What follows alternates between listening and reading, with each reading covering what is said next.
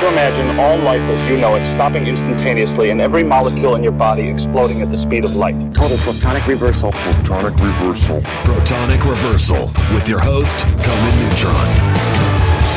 Broadcasting from a secret underground lair in Milwaukee, Wisconsin.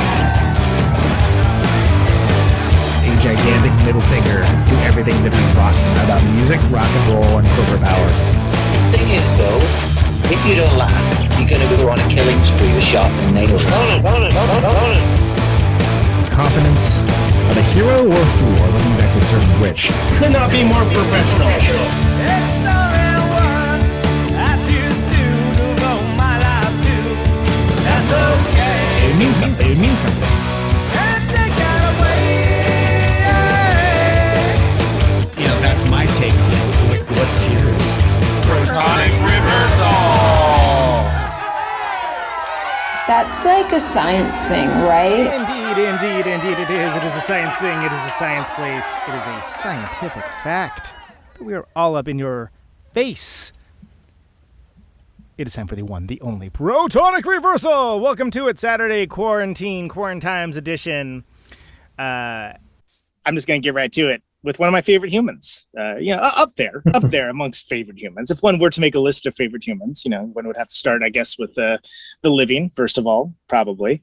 And then, go down with the ones that are awesome, I would say. So ones I'm not currently married to or related to, not currently in a band with. Mr. Andy Falkous, Falco, McClusky, Future Left, Christian Fitness, 8-time award-winning Protonic Reversal guest. I don't know if it's 8. I don't know if there's a award either. But welcome to the show, sir. Wow, take a breath, man.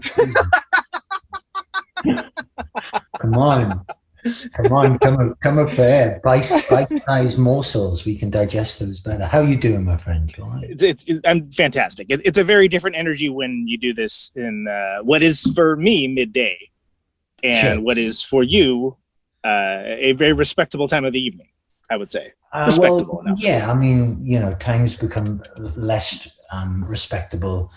Or fewer respectable. I'm always being told to use fewer rather than less, so I use it even when it's not appropriate now. But obviously when a kid joins the fray, that natural body clock, which has previously set itself quite late, has come back a little bit towards what somebody might consider to be normal. Like yes. Occasionally at midnight, I say midnight, and I go, I should probably think about going to bed, because if I begin to map out going to bed at midnight, I might it by 2:20. Negotiations will begin for possible bedtime. Whereas one can promise little else other than that. Genuinely, it's incredible I've ever got anything done in my life. The level of procrastination is just, it's almost inspiring if that were the product that life produced, your funeral, they're like, so how do you think Conan did? What was his score on the scorecard? And if the ultimate measure of it was how much time you'd deliberately wasted, right. Then, but yeah, I'd measure really high on that scale. Other scale, doing fantastically, really, yes. Yes. Yeah. And let's hope that is indeed the metric. Why don't we? Yeah. So how are you doing in general? You good? All good? Goodness?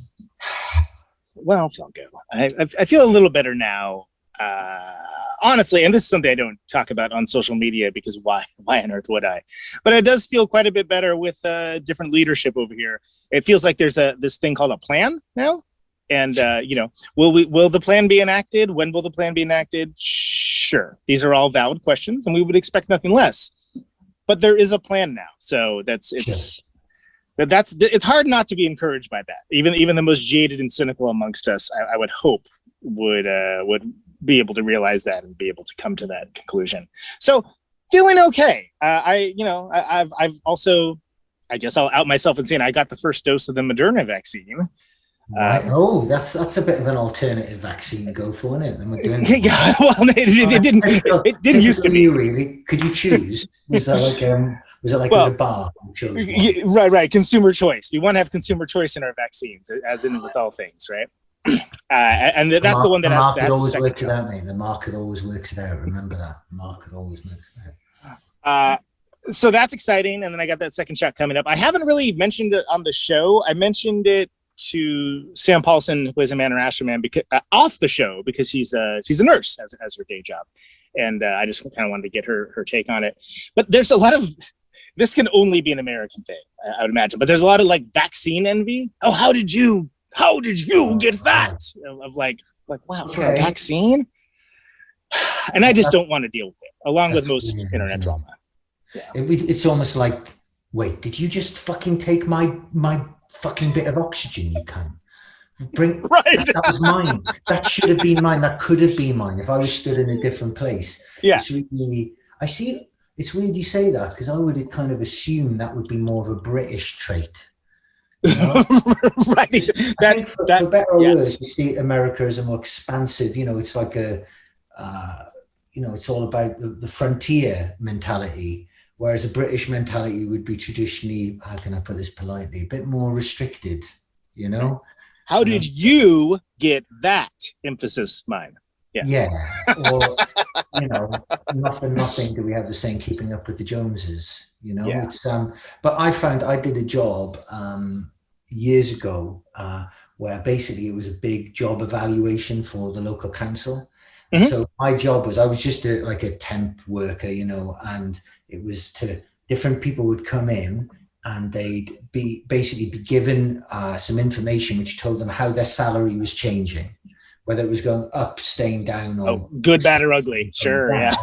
And then they would talk so they'd have a meeting, they get offered that, and then they'd talk to this conciliation service, and then they'd talk to their union, and they'd have to sign. And it was a really bizarre experience, because you'd see a lot about human nature in that way. You'd see how the obviously huge generalizations, but when you're dealing with thousands of people in what is literally a sample of society, you end up making generalizations. You can't help yourself. And how the politest and the rudest people were the guys in high-vis jackets. Yeah.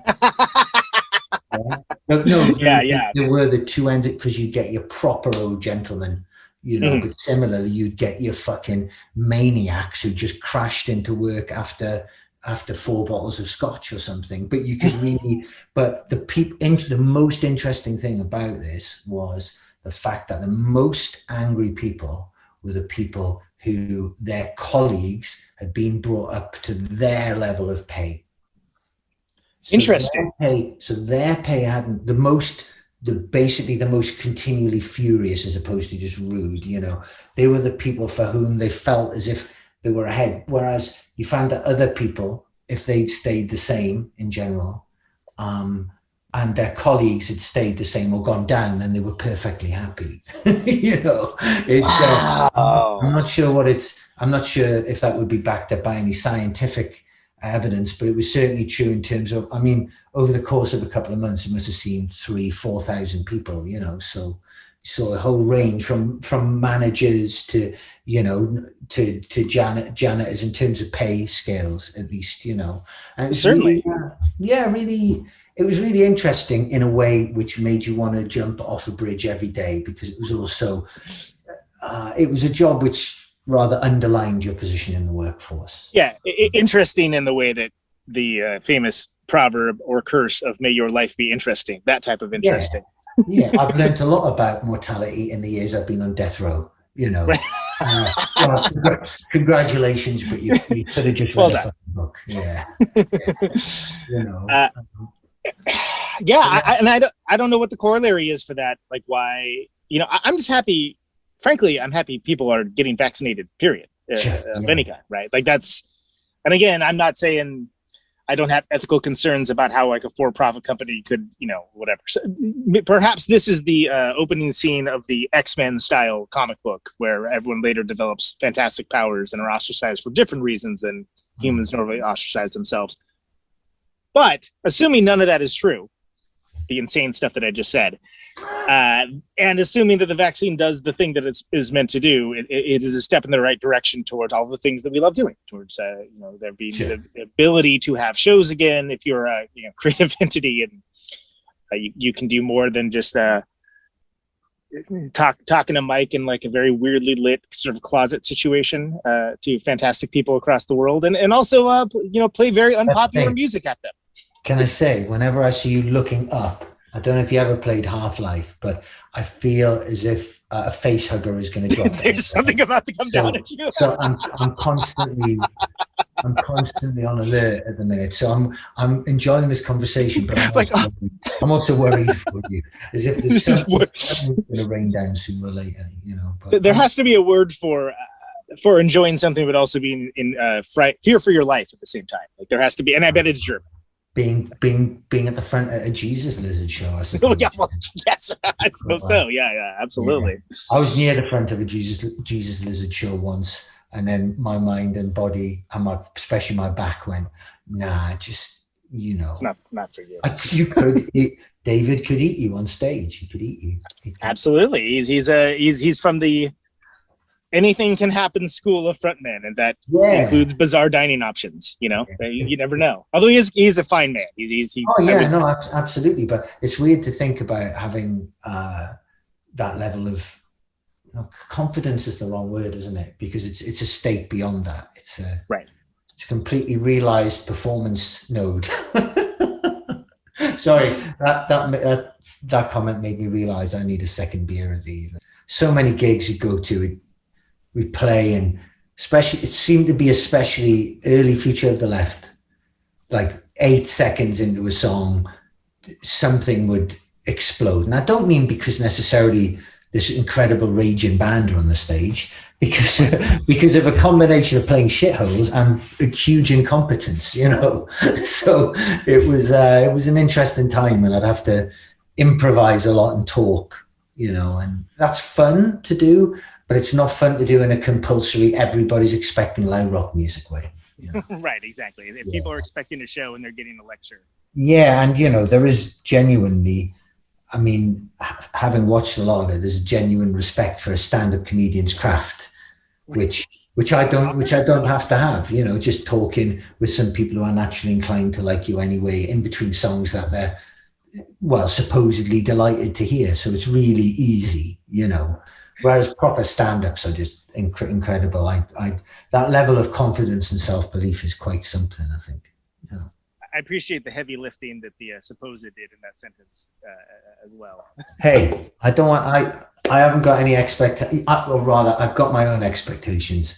And when I play a show, if I actively engage with other people's expectations as well, I think it would destroy me as a human being. It's lovely to hear how far somebody's traveled to a show after the show, is what I'm saying. Right. You know, not before the show. Additional pressure is, I've just realized. Prefacing information towards the audience engagement. Yeah. Oh, no, but again, it's amazing when somebody says, I've traveled from X miles away to see you play or whatever. And they're telling you is a genuine, it's a lovely thing to say really on so many levels, but for doing a show, especially for me, the pressure of because, and I don't think it can be like this for a band who plays all the time. There's some, I don't know how I've got to this, but you know me, it's always about digressing. But I've been talking about how in some ways, if I look at people I know who are in huge bands, the lives they lead, the music they play, the relationship they end up having with their songs, because bands like that have to do that set list sometimes 160 times a year or something, right? And as much as you love it, in some ways, I know this is kind of leaping right in, but the size of band or bands I've got to played is kind of the ideal size of band to make some cash from it, but just to still really fucking enjoy the music. Do you get what I'm saying? Yeah, absolutely. We don't do it enough for it to become a routine, or rather we get into a routine for a little tour or something, but it hasn't, there's no part of it. When it's good, the admin is boring, but there's no part of it is boring to me now, like at all. It's just all really fucking amazing. And I genuinely, when you see bigger bands, it just doesn't look very much like fun to me, you know? You'd like to think that they're having a good time and not thinking about their laundry or whatnot. Yeah, I think so. But there's got to be an aspect of that becoming a job. I think so. I think you're on. I mean, it's. it's interesting to bring that up because I think that has come up on this show before about what is that spot of like having to be sustainable but enjoyable. But then also, yeah, you're not thinking about mundane household tasks while you're on stage at Wembley or something, you know? It's like, oh yeah, I could, yeah, sure would like to be driving my sports car right now, you know, fantastic. But you know, if you can be in the moment while you're being a cracking live band, great. And for me, that's I think it's maybe the best performers are faking it, perhaps, but I think it's noticeable. Most of the bands that I really engage with, I think, you know, I like people who are acting. That's a certain type of art, though. That isn't it? Sure. Not just in music. But my favorite stuff is when people aren't acting. Like, you know. Yeah, I like plenty of stuff where people are acting, but the stuff I really engage with is where people, or at least appear to not be acting. You know, right. They're certainly presenting a side of themselves that they want to see. But yeah, I just feel very lucky. We're talking about some shows we're hopefully doing next year, talking about particular things in the set, and there's no real. We've fucking got to play that one. Yeah, of course, that one. In the sense of for God's balls, why? But the answer is because we just want to play them anyway, and it just becomes self-evident. It's really lucky when it becomes, I don't know, a job that you think of. For some people, that comes earlier than others. Like John in McCluskey, he always said he was happier working in a 24-hour garage and writing songs when he got home. You know, like, but that was for him. He bought into tortured artist is exaggerating it, but the working artist who is fueled by the everyday reality of their life. But if that's the thing, if that works for that particular musician, the McCluskey song "She Will Only Bring You Happiness" is written about a guy who didn't like to have successful relationships because they felt that it would compromise their art in some way, in a really direct way as well, you know. And a clever guy as well. It's like a threat. Don't go out with her. She will only bring you happiness. And, you know, and so then you've got nothing. Like what, oh no, look at him. He's happy. It's like the way the Romans laughed at men for being genuinely in love with their wives. You know, it's seen as a sign of weakness, seen as a sign of vulnerability, I suppose. Yeah, so there we are. I don't, you know, the many times that you've been to the show, I'm not sure we've ever discussed him. And, you know, we've talked about McCluskey plenty. We've talked about the good and bad times. We talked about bringing those songs back and bringing back this new iteration, Be Aspexed, with the band, right? We have talked about that, yes. But I don't think we've ever talked about John that much. You and I have talked about John, at least briefly, if I remember correctly, outside Washington D.C. at a show that we played together. But I mean, is that a relationship that exists in any way, shape, or form? Have you talked to him in any? Oh no, there's no relationship. That's fine. You know, that's all good. You know, I can't see.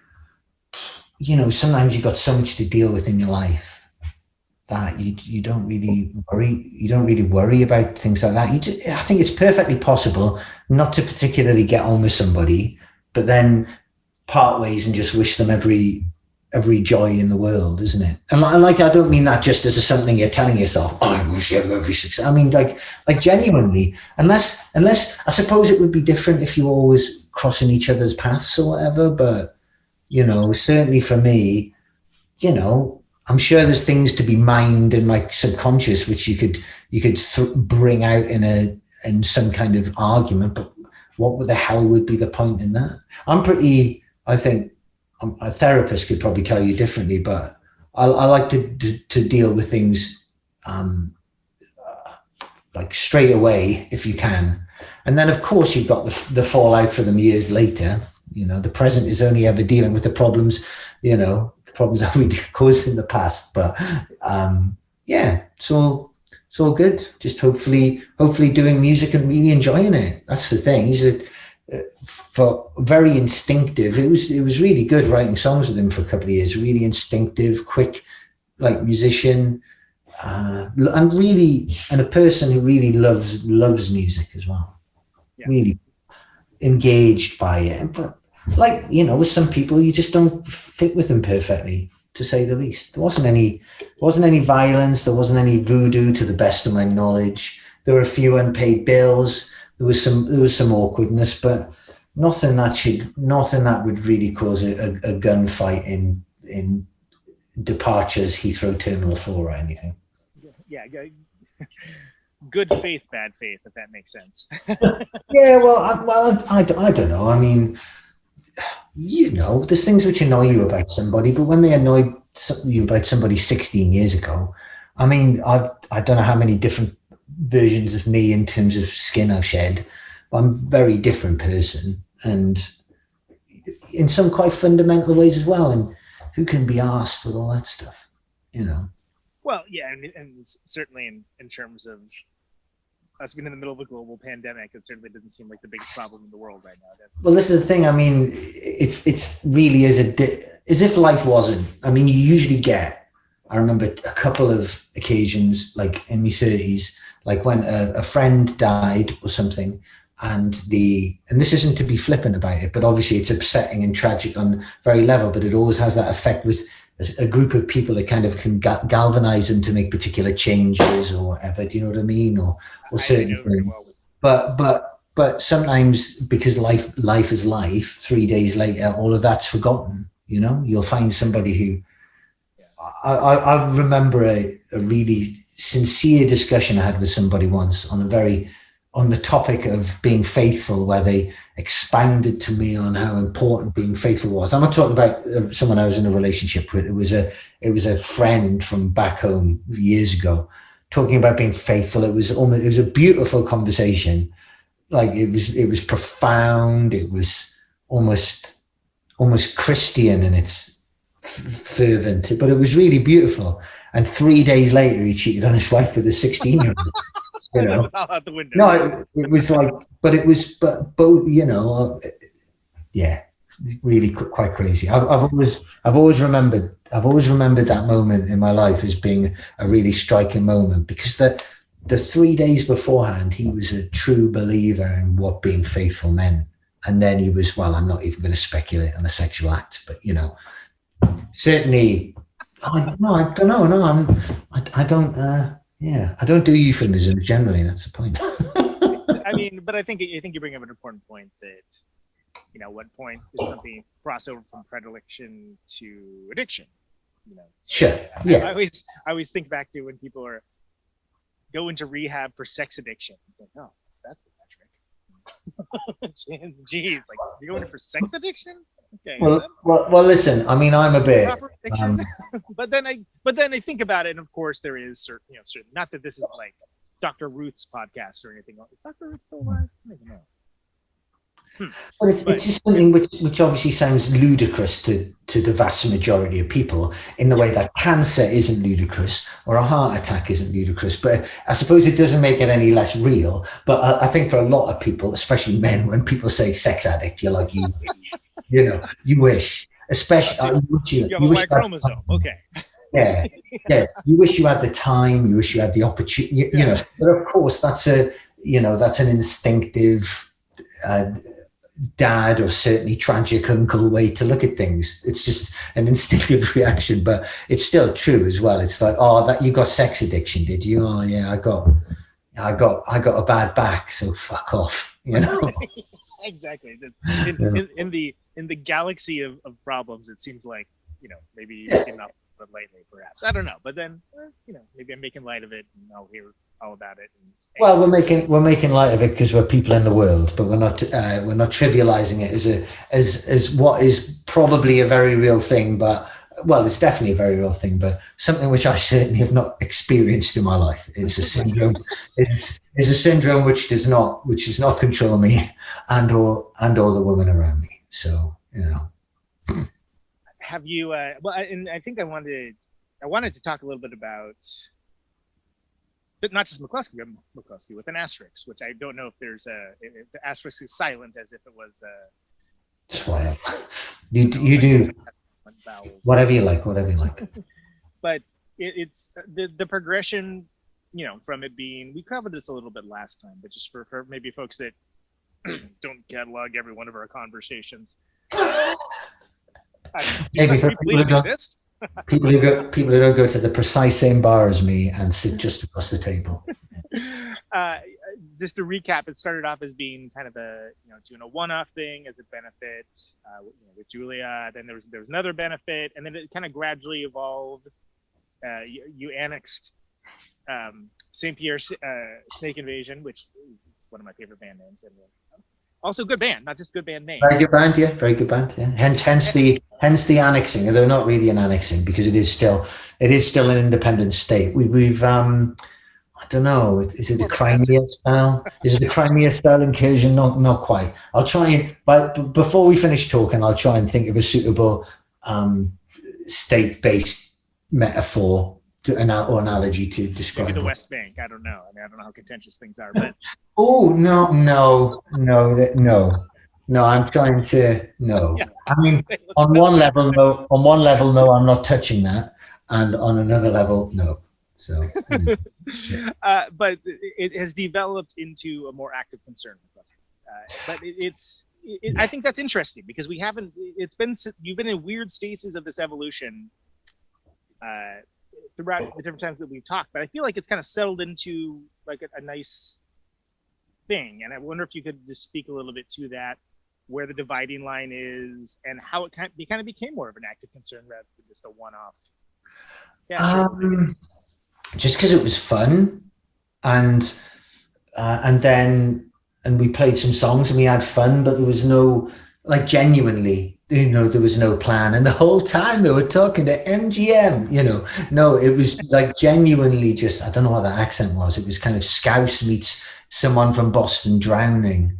At least it wasn't Robert Evans, which I feel like is. No, I'm usually pretty decent at accents, but that was appalling. I should be whipped within an inch of my life. It just, and then there was. You bet. I mean, he always asks questions first, so it's like if you ask a superfluous question that you answer immediately, you can do Robert Evans. Right. Okay. Well, so Future of the Left, we're meant to be doing this festival called Portals in London, which isn't really a festival. It's an all-dayer, 2 all-dayers next to each other, indoors at Tufnell Park Dome. And Future of the Left, we agreed to do it, and then we couldn't do it. And I think the reason was we were planning on going to be doing our own show later in the year. I think that was the reason, and we didn't want to. So we kind of said yes, and then we said no, which isn't something which we do a lot, because we don't do enough to cancel and move stuff around a lot. Like a more busy band has to rearrange maybe stuff for all kinds of reasons all the time. And we said no, and I can't remember if they then came back and said, would you do a McCluskey show then? Or I think they did. And I just thought... That's a cheeky ask. Well, no, a little bit, but also, mate, especially at the time, I mean... You'd already done it before, though. You'd already reconvened it. No, we hadn't done it. We'd been offered it as Future of the Left, said yes, but then kind of realised it was a no, told them, and then got this offer. So just went from there, really. And then there was the Poundland Shellac T-shirts that we had were to do with a journalist. And, in good faith, journalists get to journalists, don't they? They get to write things called as Poundland Shellac. And so... There was a little bit of spite can go a long way, but that in and of itself isn't going to inspire a band to play shows, or at least it shouldn't. And then, so that show went quite well. I can't remember the order in which the shows, there's a guy called Simon, I think, from Manchester. He mailed me and went, "Oh, you're doing these shows?" And I thought, and from then on, though, it became a policy that we weren't, I wasn't going to contact anyone about these shows. I waited didn't have an agent for a while, just waited for people to come. And that became a really nice aspect of it, And also, frankly, when people really want you to play, they offer you more money, But it's true. It's true. No, it's true. And McCluskey is in the, when we were doing a tour as Future of the Left, people know you're touring over this 2-week period. So they work within certain constraints, whereas somebody can say, we want you to play in this place. And you're like, well, for a start, we're only doing shows at weekends that we want to do. But if it's not enough money, then it doesn't matter. We just won't do it. And, you're not taking money away from people there, but it means we're guaranteeing ourselves the kind of money that, frankly, we should be making anyway. And it's been the first time in my life, and it's a good job the money came in, because fuck me, life's been expensive since. But it's the first stuff I've done which brought in, like I think I said to you last April, like genuine live in the world money. And by live in the world money, I mean get a takeaway occasionally, rather than just, hey, this breaks even and there's enough money for some groceries. Yeah, I haven't bought a car or anything. So, but which is great though. That's all I ask for. Like, there's not another way of looking at it. But yeah, it's just such good fun. There's no complication with it. Everybody there is there because they want to be there. Whereas maybe some people would like to think that was part of the original energy of McCluskey. And of course they're invited to believe that, if that's what works, or I don't know, maybe that was the special fucking source of it. Who can say? But what I can tell you is it was a desperately unhappy life to have.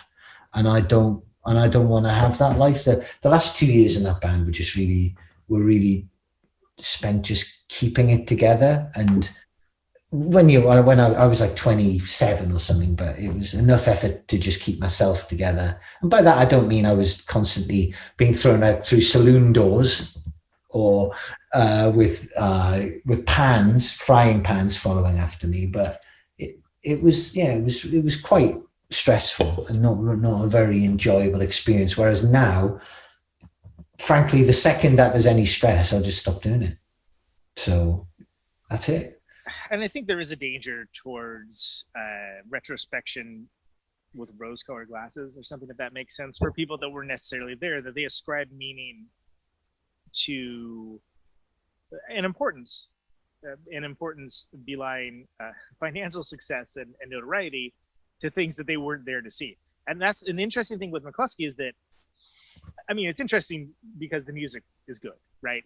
But being good isn't enough to kind of have the next generation pick up on it. But I feel like there's people that like had no chance whatsoever to see you guys the first time around because they were busy being 6 or something along those lines. Yeah, which is nobody's fault but their own, frankly.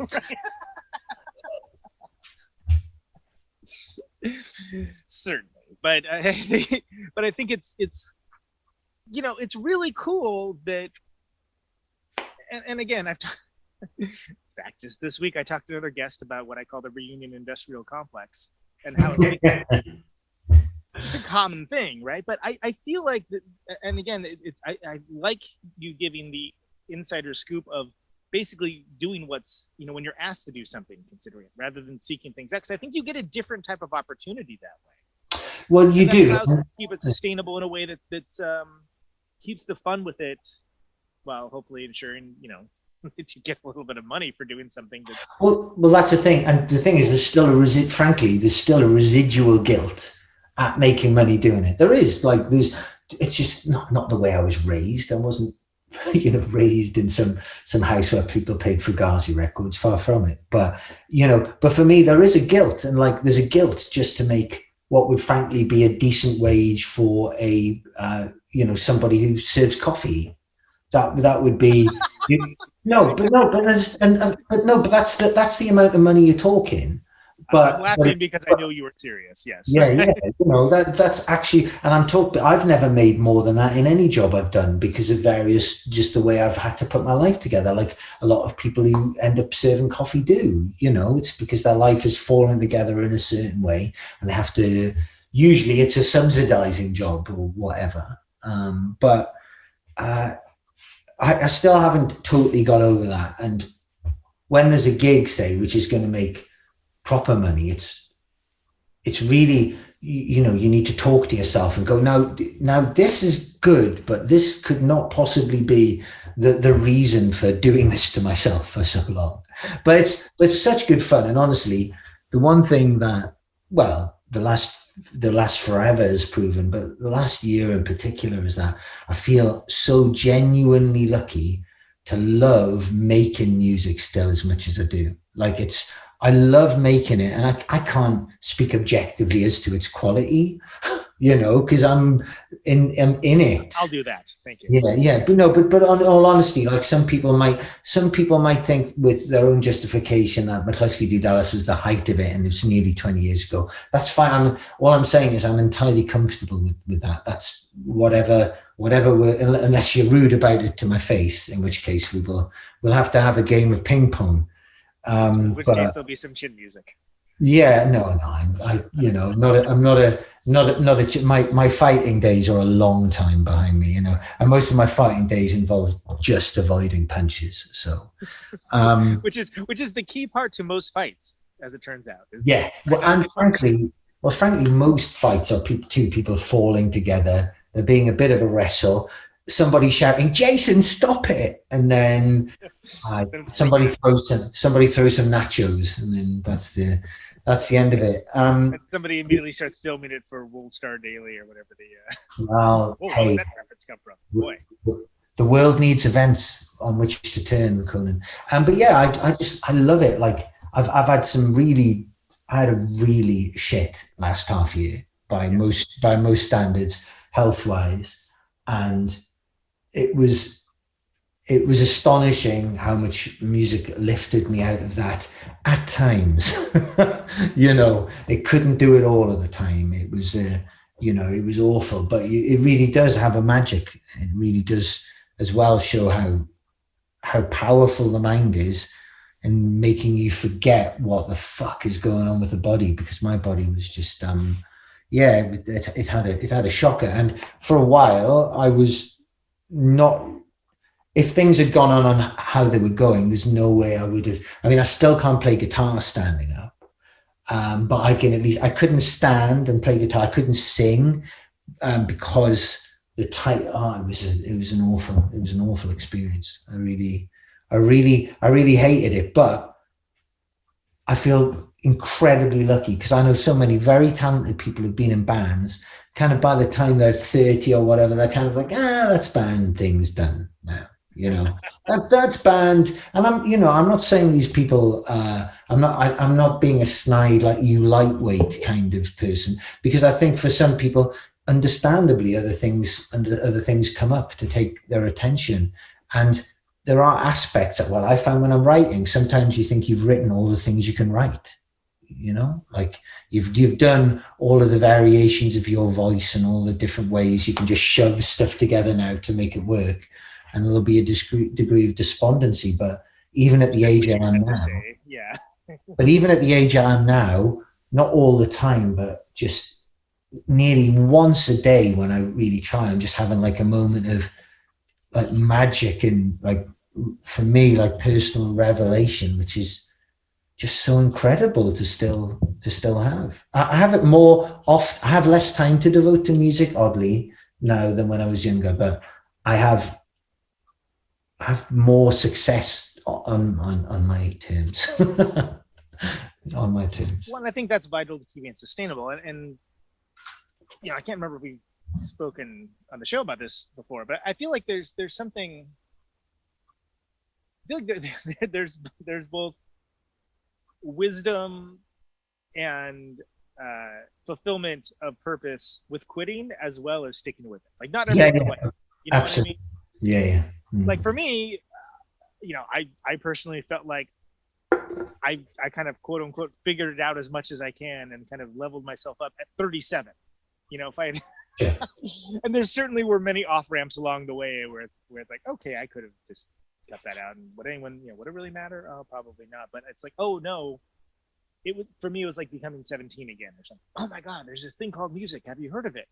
And I think where I'm going with this is that I feel like anytime you listen to any of the Christian fitness stuff, whether you listen to when there's new Future Left record, so on and so on, it certainly doesn't sound like you're just phoning it in. Like you're right there, and just as committed and engaged as you were like when I first heard McClusky or whatever along those lines, even if it's applied differently, even if the songwriting is coming from a different place, or just by nature of the mechanism of creation has to be different. I feel like you have that same intensity, and that's never faltered. And I think that's something that is encouraging for people. And this is something I didn't think about that much until this last year, where things become very hard, especially if you're a creative individual, which, as you might imagine, a lot of creative folks listen to this show. But when they see someone that does, for lack of a better term, crank it out, and it's good, and it keeps going and keeps moving forward, it encourages others to, maybe run their specific race. And it's weird to think about that, because I certainly was not considering any of that when I was 27 years old. Right. Okay. Yeah. But I think it's inspiring, and I think you found a way to make it work that's quite interesting. Like, even when I think of McCluskey with an asterisk, right? It's like, that's not a capstone necessarily. That's like, oh well, it's a bit of a different chapter, and it's like, okay, it's in a way that honors everything that everyone loves about the first iteration, but kind of gives it its own sort of asterisks.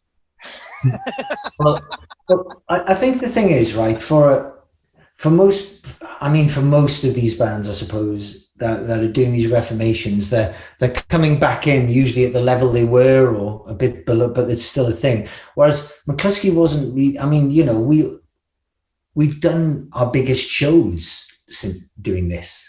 Yeah. So it doesn't really feel like as much of a reformation is what I'm saying, because I don't know, maybe it's because the scale is slightly different, or rather the consistent scale of it is slightly different, and it's just human nature. When other people are taking it more seriously, you take it a bit more seriously, it's a sense, because it's a sense of event, it's a sense of an event. And when it's an event, everybody's sucked in, because I've been to great gigs where a great band have played great songs, but because of the prevailing atmosphere, it's been like a cool rehearsal.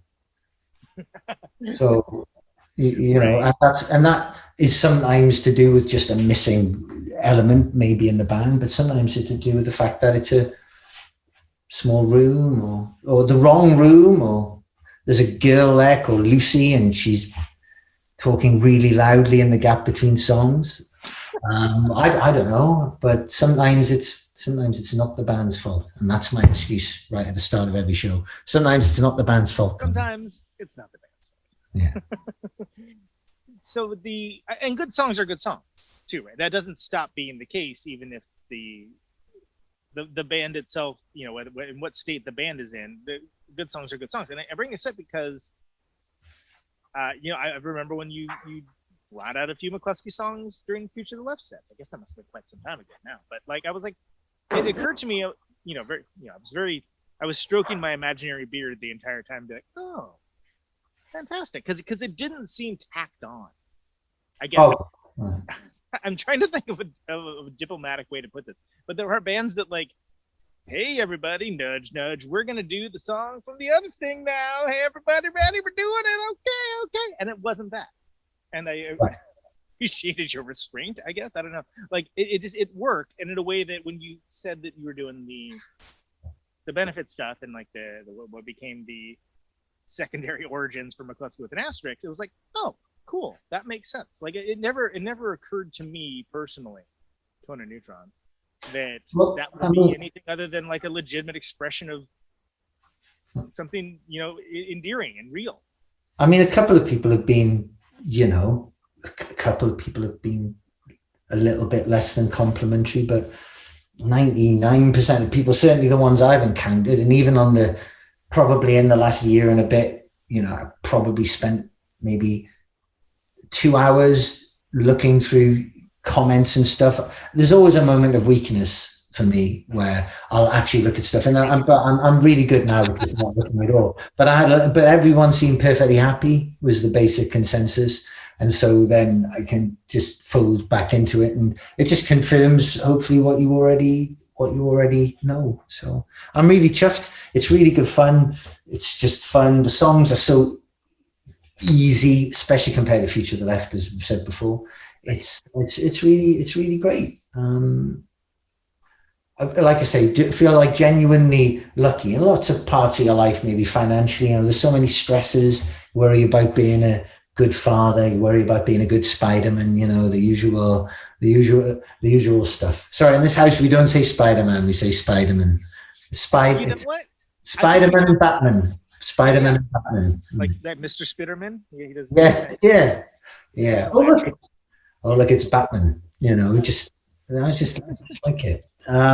He's a dentist, isn't he, Mr. Batman?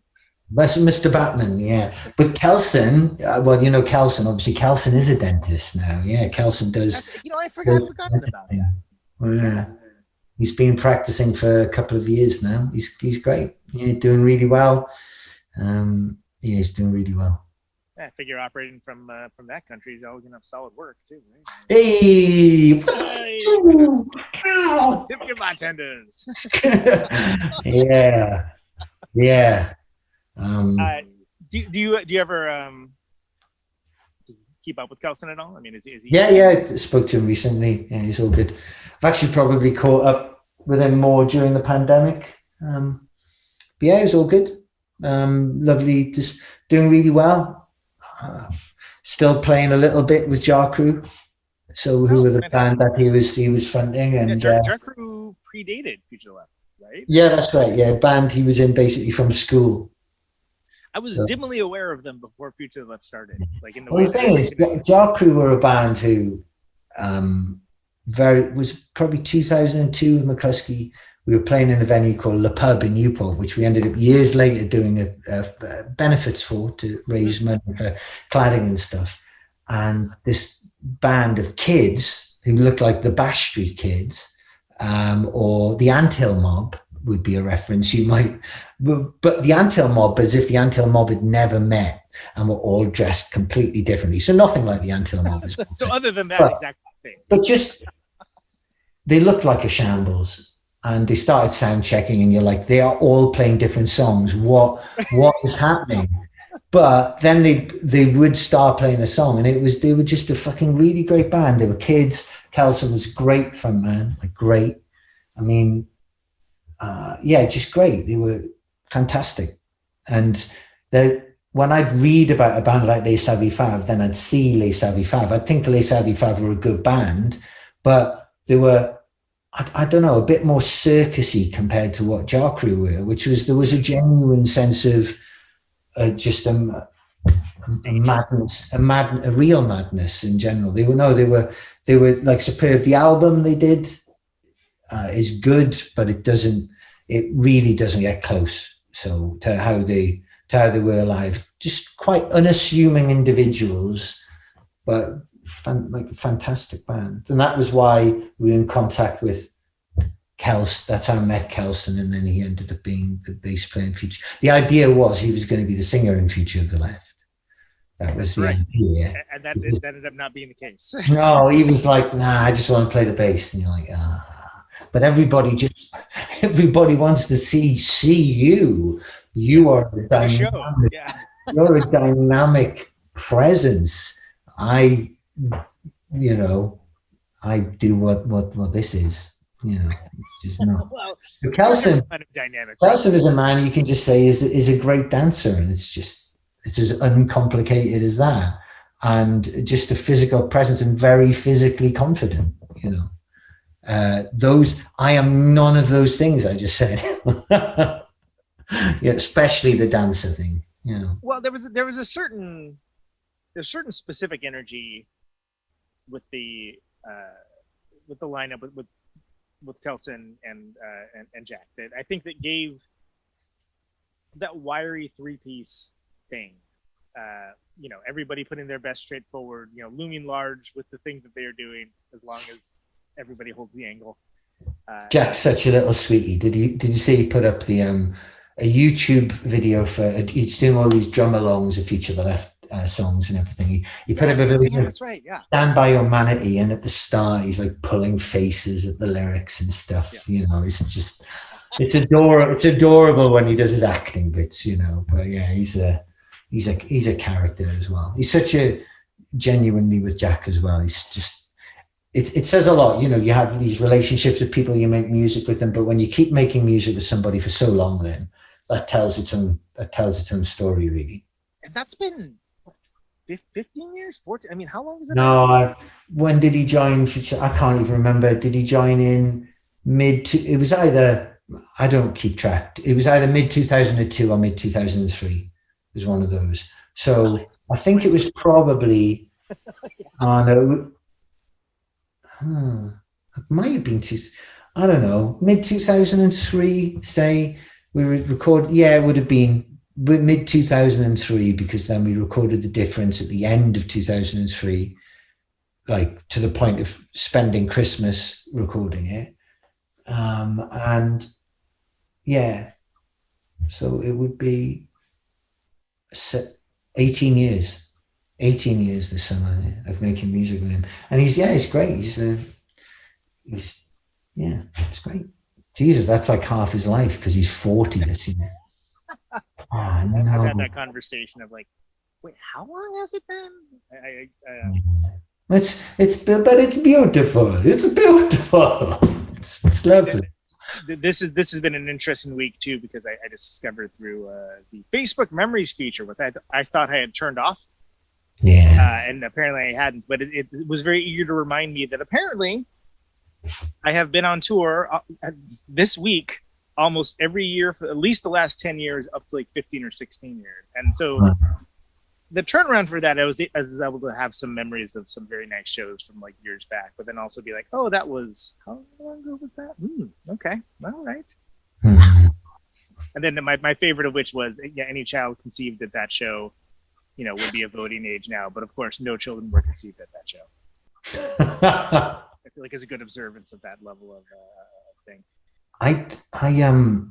It's been a long time, hasn't it? Since we've been moving house, I've been finding lots of boxes of memory stuff, as you do, and I've found lots of CDs and DVDs and stuff from 2000 to 2002.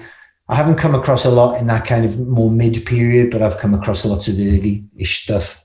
And it's, for the most part, it's been really nice to see it all. Really nice. Really, like, there's something about using the word fond, which ages you straight away, but just really fond memories. Well, I'm a person, I'm going to use the word nice, and I mean it as a compliment. I don't mean dull, oh yeah, she's nice. I mean, genuinely, I believe morally, she's not suspect.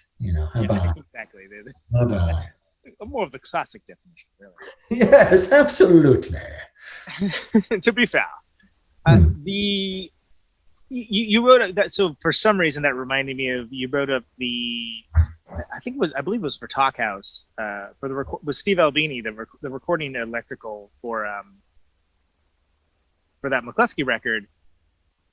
And it also just, again, taking the conversation back to, folks not having the context of what the band was at the time and where the band was, that I felt it interesting that you were, it was diplomatic, but it kind of pulled back the curtain in the way that, there was a lot of, all right, are there any songs today? No, there are no songs, like that kind of alacrity. Yeah. The thing is that was such an extreme example, though, because it was a complete breakdown of whatever the process is supposed to be. And it's mental to be at the center of something like that. I'm a guy who, like everybody really, you could probably do with a bit of therapy, everybody could. But I'm not an extremist in any sense of the word. And I'll be polite. There's a certain amount of stress or drama that I just don't want to be at the center of. And when somebody is completely shut down, when you're there at a facility to record a thing which is to do with what is hopefully your job, and one person, a drummer in a rock band, completely refuses to engage with the process, and thus basically wasting the time of 5 people and about $10,000 or something in the process, then you just start to lose your mind. I mean, it was astonishing. So that's what happened, and everything's fine now. So nobody went out of the tent like, you know, Captain Scott. I maybe sometime, you know, yeah. Although he didn't go out of the tent, did he? Whichever the Daft Cunts went out of the tent, I don't know. Chris, let's call him Chris. Can I just say that Therapy Extremists would be an excellent Christian fitness song? Yeah, mate, I've got so many songs for the new record. It's gone potty. Like I realized last night I was just listening to all the demos because I love them so much, and I don't really have an urge to record them because I'm enjoying it, and you know, to a degree, fuck everyone else. Like I've already gone to all of this effort and I'm perfectly happy. So why not just keep it like this and just listen to it myself secretly every night? And you know what? That's an awful thing to say, but I'm just really having a good time at the minute. And actually going to the point of properly re-recording these songs just seems like a bit of an effort when I could just go and write another bunch. Wow, that is taking that mindset to the ultimate extreme. It really is, you know. It's like that whole thing, you know, with bands. Oh, don't be scared. Come closer. You know, like, no, this is my stage. Fuck off. You know, right. you get away. This is my zone. If you come to mark your territory, you came to the wrong territory. You know. If you come any closer, you will be ejected with the full force and authority of the law. Yeah. Or if you're physically tougher than me, you will eject me. Right, exactly. No, it'll shake out one of two ways. Because it's best, even when you're a shit talker, to be realistic. Oh, realistic. Well, so you're comprehensively bigger than diffuse the situation as well. You know. Yeah, you've got to be realistic. I'm just getting. That's good. So I'm straddling middle class and working class because I'm drinking cans of Peroni. So Peroni, but it's Peroni, but cans. But yeah, precisely. So it's a way of, I do have conflicted class identity anyway. So I'm really playing with it at the minute. Well, and that seems to be oh man, that seems to be something that's happening a lot with UK bands. Is hey, well, everybody, class conscious. It's very difficult and important class in British art, especially because it was so middle class probably until the 70s, and then from then on the whole deal became a question of being as performatively working class as you possibly can be, whether you're working class or not. And obviously there's a value in having plurality of voices, but there's not a value in having a tokenism of voices, is there? And there's some music for whom its class identity is crucial to it, and there's some music where it's not important at all. And there's other music where frankly it looks like you're trying too fucking hard.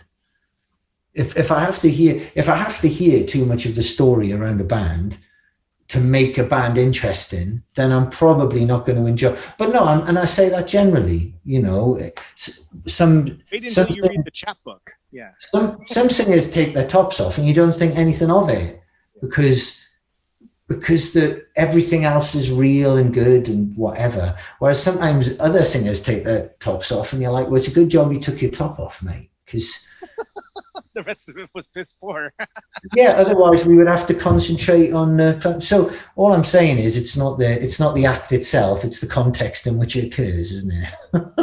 The motion in the ocean. Yeah. The motion, oh, whoa. Mind, comma, blown, exclamation. Well, and there's certainly good examples of that used effectively. You know, I think Sleaford Mods are who were described to me alternately as an English dude complaining over some shitty bass and drum beats, but great. And which yeah, with a band like Sleaford Mods. Obviously, it works. It works. Yeah, it needs to be. There is a conscious working classness about it, or rather, a conscious what would be termed in that way by a lot of people. I think, and obviously, for other bands, maybe because it's weird, isn't it? Because other people can appear to have. Once you start labeling certain concerns as middle class or working class, then you're into really dodgy ground, aren't you? So for all kinds of reasons, because it also implies that, you know, working class people don't like to read books, I hear, Reginald. It's crazy. It's crazy. So, well, and I shouldn't feel like there's like should be a necessity for every band to be like Billy Bragg or whatever either. You know, it's as a cultural attaché. I mean, good on you, I suppose, but okay, I get it. You know, cool. But then like some bands can pull it off where it's like, no, this is an important part of what this band is. And again, sure. if you're you know, if it's like Gang of Four bass lines, but shouting political stuff over it, which was another description by another friend of mine, Sleeper Mods. I was like, great. And again, I've heard, you know, I've heard less than flattering ones. Listen, there's some Sleaford Mod stuff I like, and there's some stuff I like less than that. Sure, so some stuff I like fewer than that, but it's fine. And for something to get that big, which sounds like that, even if it ain't my favorite thing, is really fucking good, isn't it? So good on it. I didn't realize they were a big band. I really, and I guess I don't know why. They're definitely what I would constitute very successful, and they obviously it's a career for them, and good on them. I mean, you'd have to be insane, or as a musician who's been doing stuff a long time, I'm sure this applies to you. At times you can have feelings of jealousy towards bands. That's a totally valid emotion to have and engage with, and then to fucking get over, because because of the world we live in. Like, and if you're still jealous of friends or other people's success after a while, then you need to question your own motives for doing something. But I think it's fine, you know, it's fine to actually feel that way in the first place, and then to talk yourself out of feeling that. Go back and, you know, practice guitar, you know, write a new song, like you do the work. Use it as inspiration. If I go out and see a great band, that inspires me to go and write a song. If I go out and see a bad band, that inspires me to go back home and write a song. And that's it. That's the, you know, so I know I'm tired when I say, you know, too much. It's a key thing. It's a signifier. Soon he must sleep, for you know he speak. Yeah, it really is a shocker. Well, as a born and bred Californian, I'm trained not to hear it. So you're of course. If that set you off, if that was one of your trigger phrases, you'd be a notorious serial killer by now. I would be the person in a business meeting that would probably unironically use the words rad and or awesome. Ran, I do struggle sometimes with Julia's use of dude. It does occasionally. Because it's not used in an ostentatious. I mean, if a British person says "dude," yeah. I mean, it's like when a British person says "country mile," or when a British person unironically, which I've heard, if a British person unironically says "do the math," that's when you know that things might have to get a bit slappy, because we don't say that. We don't say "do the math." You know, we pluralize plural events. That's what we do. Whereas if a Californian or someone from Californian descent maybe says dude before something, it means that something important is going to happen in the next sentence. Like, I'm getting your attention here. Something purportedly important. Yes. Yeah. Something deemed to be important is about to be. Yeah.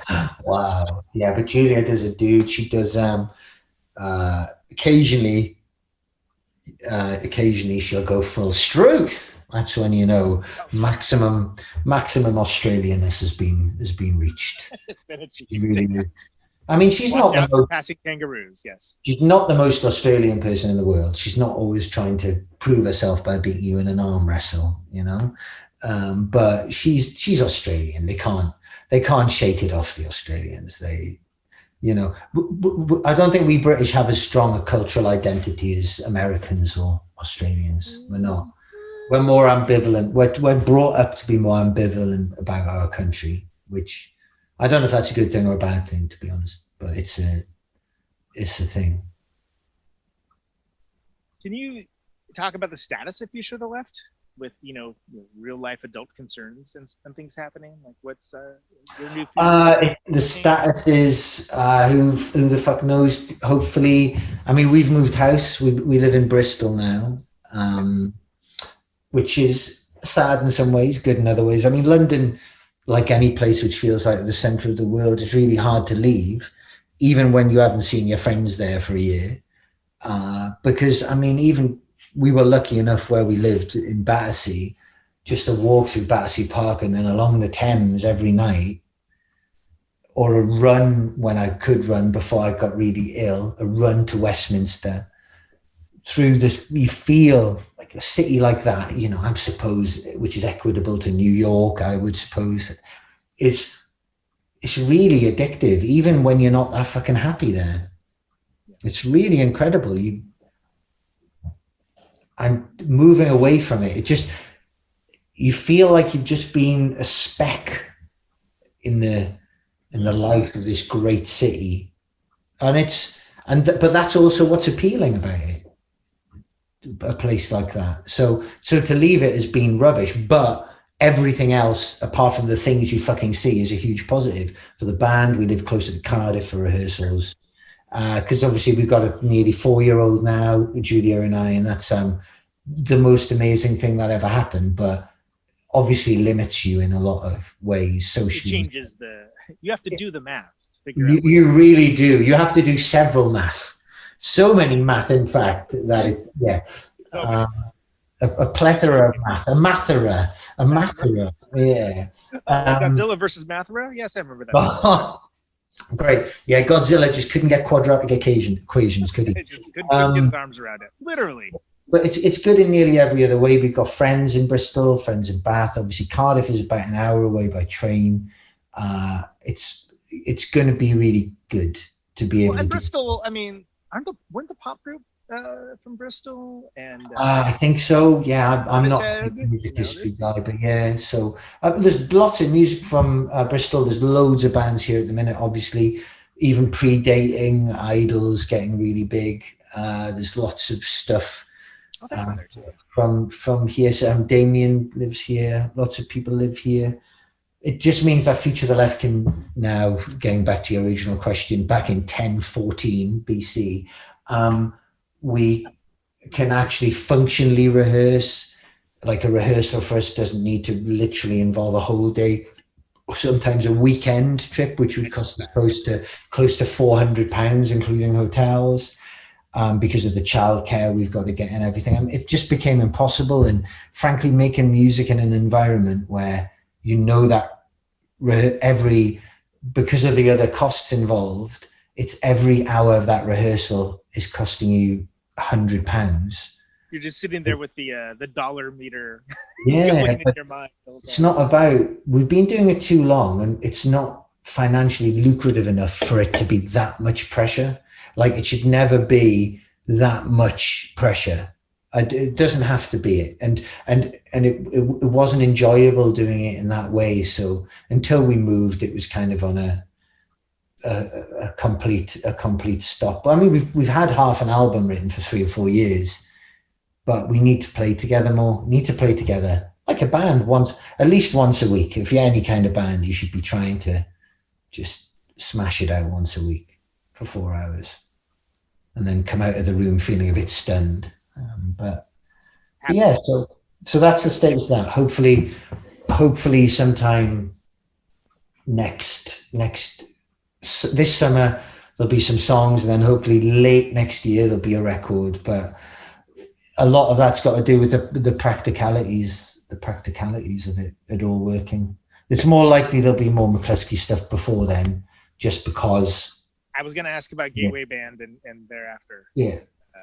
So there's going to be, I mean, they've got to be properly announced, but there's going to be. We're too busy talking about Godzilla versus Mothra. So. Well, yeah, but everybody's got their priorities, mate. Yeah, it's going to be the 20th anniversary of Do Dallas, April next year. So there's going to be some shows in the UK, certainly. Australia again, I hope. I'm hoping to be able to do like realistically to be able to do Canada, just because it's more likely because you don't have visa costs, and there's a reciprocal tax agreement. Anyway, it's something where we can do it and maybe not make money, but definitely come and do it, and definitely not lose money, which is a huge attraction, really.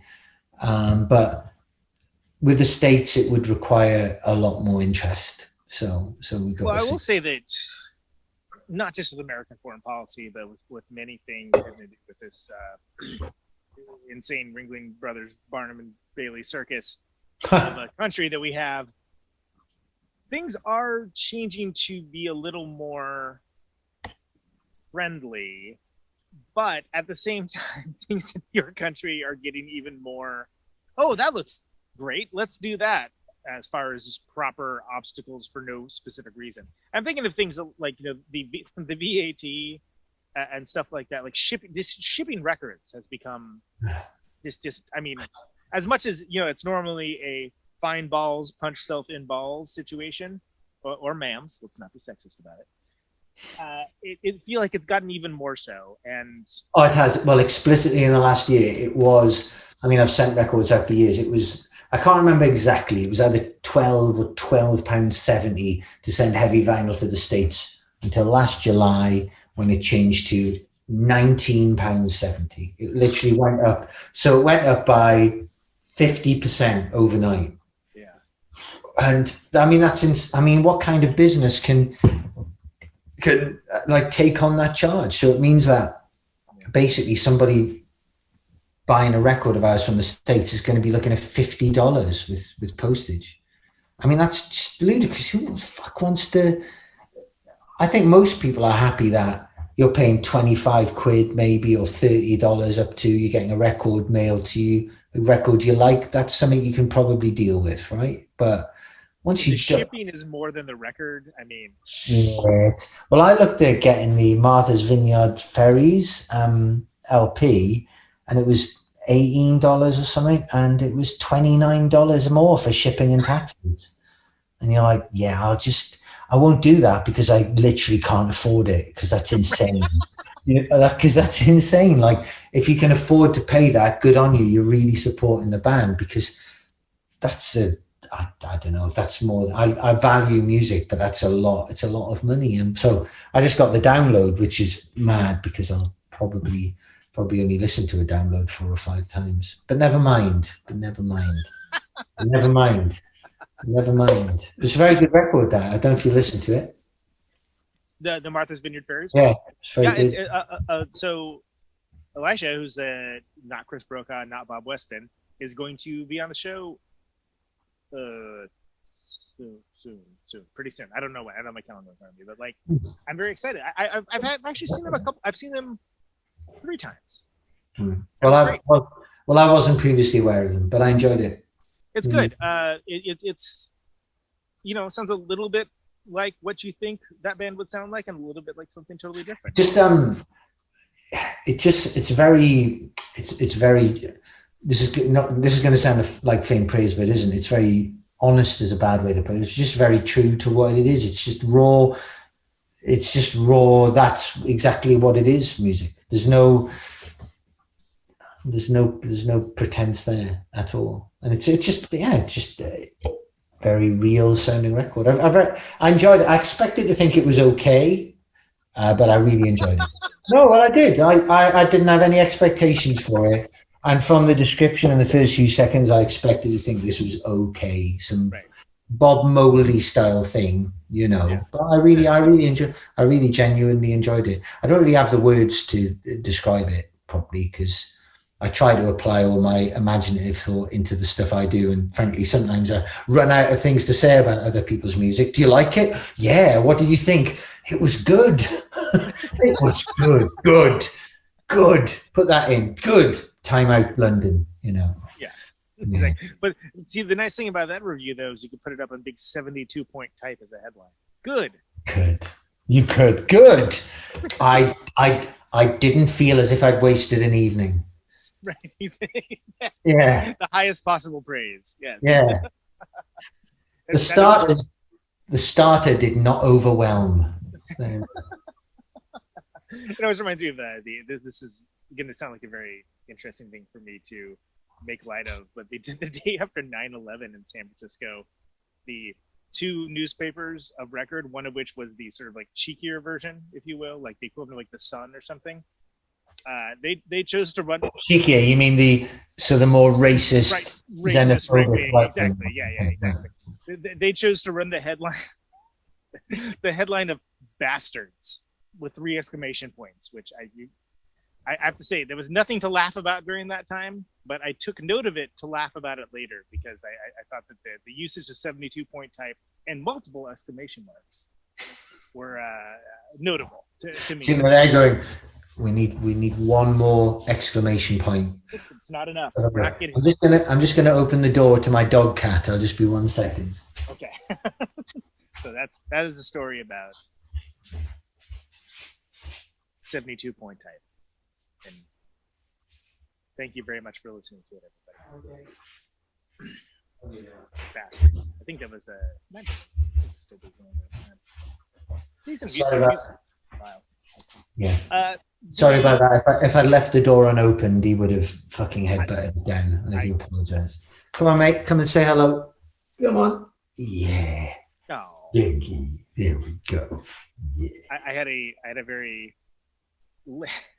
very late in the day bonus shower because I discovered, much in the way that Christopher Columbus discovered America, a hairball on the floor earlier, and I discovered it with my bare feet. So that was cats. Gotta love them. Gotta love cats. How many cats you got? We got 2 of them. And one of them was a long hair. And 2. Yeah, we got a brother and sister, don't we, Gengi? He's quite a character, this guy. Really. Well, Since we moved, he hasn't been able to go out, so he's been extra needy. It's been crazy. You've been coming on the show long enough. I remember they were kittens at one point, well, as those cats were. They didn't spring fully formed from the head of Zeus. Of course they were. Yeah. So it would have done first 2014. I think, yeah, we've had these cats pretty much since we first started talking on this, I reckon. Because we judge their basic birthday by when my birthday is next month. So there'll be 7 then. There'll be 7 next month. I just remember feeding them with bottles the first couple of weeks, and it was probably unnecessary, but I just wanted to be absolutely sure because they were both so incredible. It's in a way, it's a shame that humans can be so lovable and engaging because cats are just amazing as well, aren't they? It's just a shame. But there's so much time in my life I should be spent giving attention to cats that I'm spent doing other things like dressing myself, and it's just a farce. Yeah, it's a hollow farce, really. But I'd feel disingenuous if we didn't talk about gateway mail, which I think we actually talked about, and we started talking about something entirely different, probably cats. That is sort of a shot across the bow to a certain degree of that there's going to be some new mclusky stuff, right? I mean, it wasn't necessarily intended as a shot across the bow as much as just a document of the things we'd done. But it's got what I'm driving at is that at the end of it, there's a demo for you. So. There is.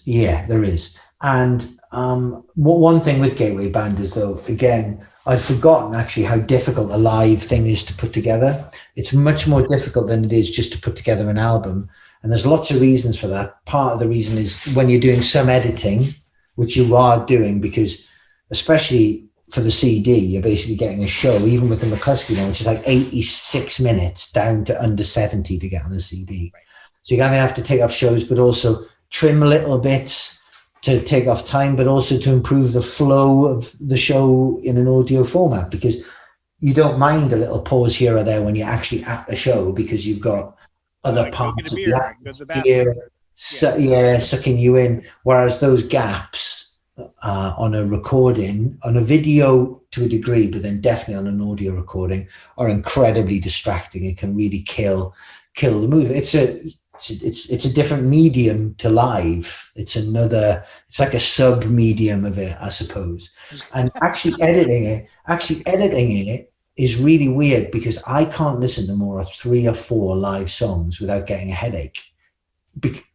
I mean, by listen to, as in analyze. I find it really tough, like really tough. And editing a lot of the speech or whatever, I find it really tough. One of them's done, one of the shows is completely finished, but we're still finishing the London show. And it sounds great. And the London show is a lot funnier because the crowd were more engaged than the Cardiff show, which is on there. But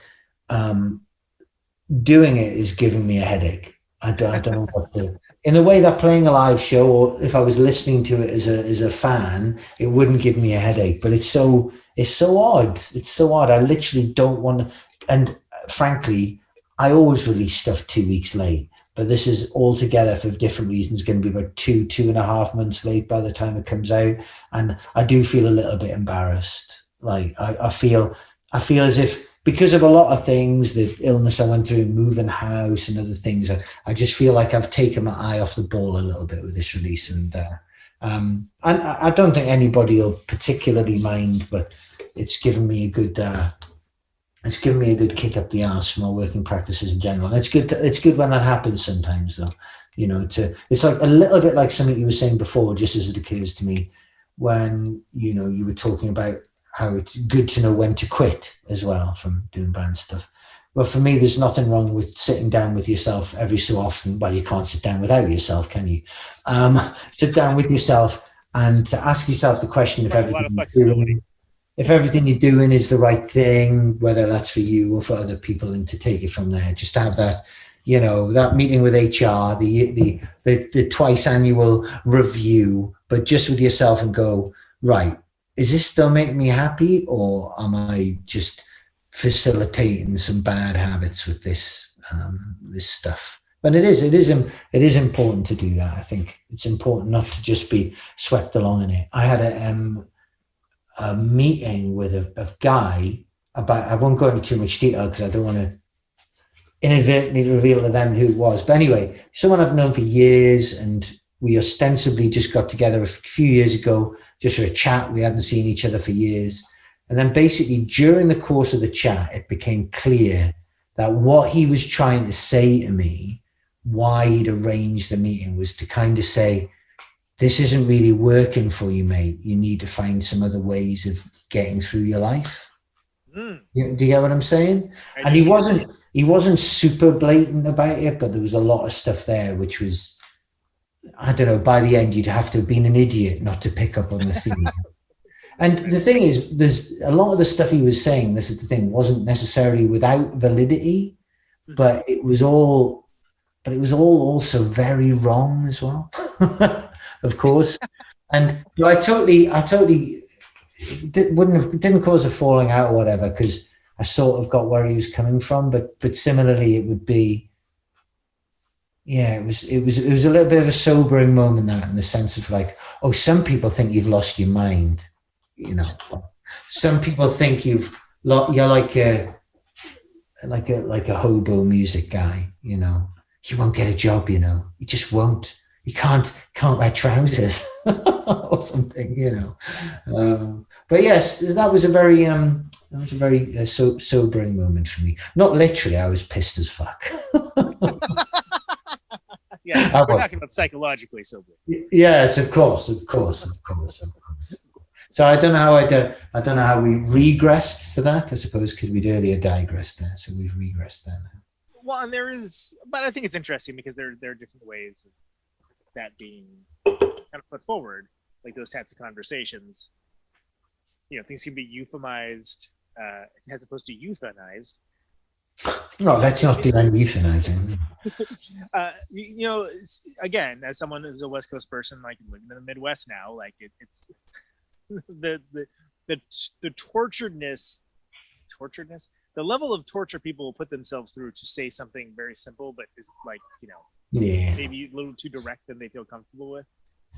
It can be, I'm using is the wrong word, but almost you get secondhand embarrassment sometimes. But it's you know, sometimes it's a cultural thing. Nobody wants to be confrontational. Nobody wants to. Yeah, I mean, who does? I mean, nobody wants to be confrontational. In the end, with this guy, I think his heart was in the right place. I thought at the time he had a bit of a fucking cheek, but I thought his heart was in the right place. And ultimately, ultimately is fine. I think his main concern was me, so I just kind of let it go, and it was fine. But yeah, it was a very odd conversation. It makes you, in the same way that even when you make music, it's really good. Often, I had a really odd experience with mclusky. It was a really full-on year of music. There was one year where it was really full-on, and we were the center of that, even though it wasn't a big thing. It was really important, and everywhere we went was gigs and things, and so we were important at the center of it, albeit a small thing. And then, but actually come out of that and then to get a job, and for it not to be important at all, was really, really incredible. And by that, I don't mean there's just a bizarre thing when you're in a band or you're touring and people are aware of the band. And I think I've said this to you before, one of the best things is being at one of the gigs, maybe watching one of the bands and talking to someone in the crowd, and you don't have to introduce yourself, or you don't have to, you begin the conversation from 7 minutes in. And so you're getting over these, and I don't hate small talk. It can be fine. I talk people's ears off on planes all the time, to the point where Julia has to have intervention. She's like, stop talking to that man about cricket. He doesn't care. Yeah, stop it. Stop befriending people. Yes. Quit all the befriending. No, it's definitely something which is the thing which has changed about me most since I was like, I wasn't really very interested in people in general till I was in my mid-20s, maybe. Just wasn't interested at all. I don't even mean in a horrible way. I was just what was going on. But the older I get, I just get really interested in talking to people. Can't be sometimes that, but definitely with as well. Yeah. Well, and something that I wanted to kind of dig more into, but now I'm going somewhere else entirely. But so let's get back to including the demo on the live album. I mean, it's not actually going to be on the album. It's just part of the download. So it won't be on the actual hard copy. That wouldn't really be in the spirit of it. But it's a way of saying, I mean, who knows where that song will end up, whether it'll be a real fundamental thing, because obviously it's never been played in a room together because of the global fucking plague. But you hear about this plague, Paul? You hear about this? Yeah. The plague. People don't tune in this show for the bits. Go ahead. Yeah. Can you should have said the station name over the top of that, and then we put that as an item. But my cat's using this opportunity to use the litter. Oh, you darling. As one does. Just more like this is happening, I suppose. But I mean, but again, there's no pressure. We're going to get together. We've written lots of songs remotely, in the way that a lot of bands write songs, I suppose, but it's never really worked for me, writing songs as a band in different places. A lot of bands I like have written songs like that. It's just never worked in my own experience. But we'll get together in a room, we'll have a few rehearsals, and if it goes really well, then there'll be a record, and if it doesn't, then there won't be a record. And that's it. And that's going to be Damien's going to be. Yeah. Oh, yeah. Absolutely. He's pleasure to play with. Great performer. Good at all of the sound bits of it. Lovely person. Good fun. Like, we're a very medium or mean. I'm not sure. Certainly average group of people, in the sense that we like a couple of beers, but not a lot of beers. Some really fun time is good, but not excessive, because we've got stuff to get up and do, and the show is the center of the experience, as opposed to being just a part of it. Not that I've been in bands, frankly, with maniacs, but I've been with people where you could have been forgiven for thinking that they weren't there to actually do a show sometimes. Yeah. And it's very lovely so far, but then again, it's been lovely, the whole thing, for years. Like, very lucky to tour with the people I do, really. They're just, the occasional bottle of red wine is asked for, which that's about it.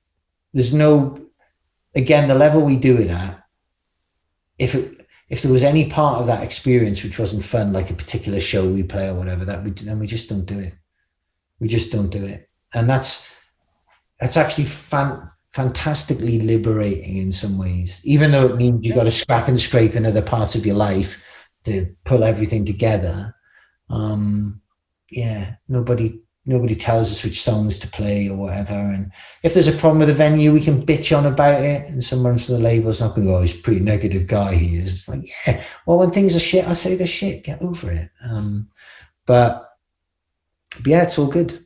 I can't remember where we led to from there. I can't remember the in on that particular one. Yeah, we were talking about like the new McCluskey song, right?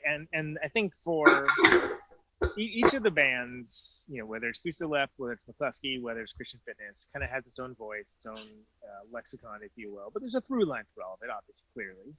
Yeah, there is I can see there's a kind of development as well. And there's things which are sometimes tried in the earlier bands, maybe not as successfully, which are realized in the later things. But also, I think those bands are good is when they just do the things which suit the dynamic of what that band is. Interesting. Yeah. Could you expand upon that a little bit in terms of revisiting older material and things along those lines?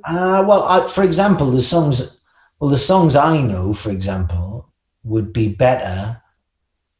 Well, you just know as a musician, there are certain songs which are better recorded with Steve, and there's certain songs which aren't better recorded with Steve. And I just know what those songs are instinctively. And the songs which are best recorded with Steve are the songs where there's three of us in a room and we just slam it out, and that's it. That's the best one. And there's no alchemy to that or whatever. There's just a truth to it. With McCluskey, sometimes where the band struggled was and not that anybody had this conversation, because who does in a band? You have the conversation with your instruments, I dare say. But ideally, yes.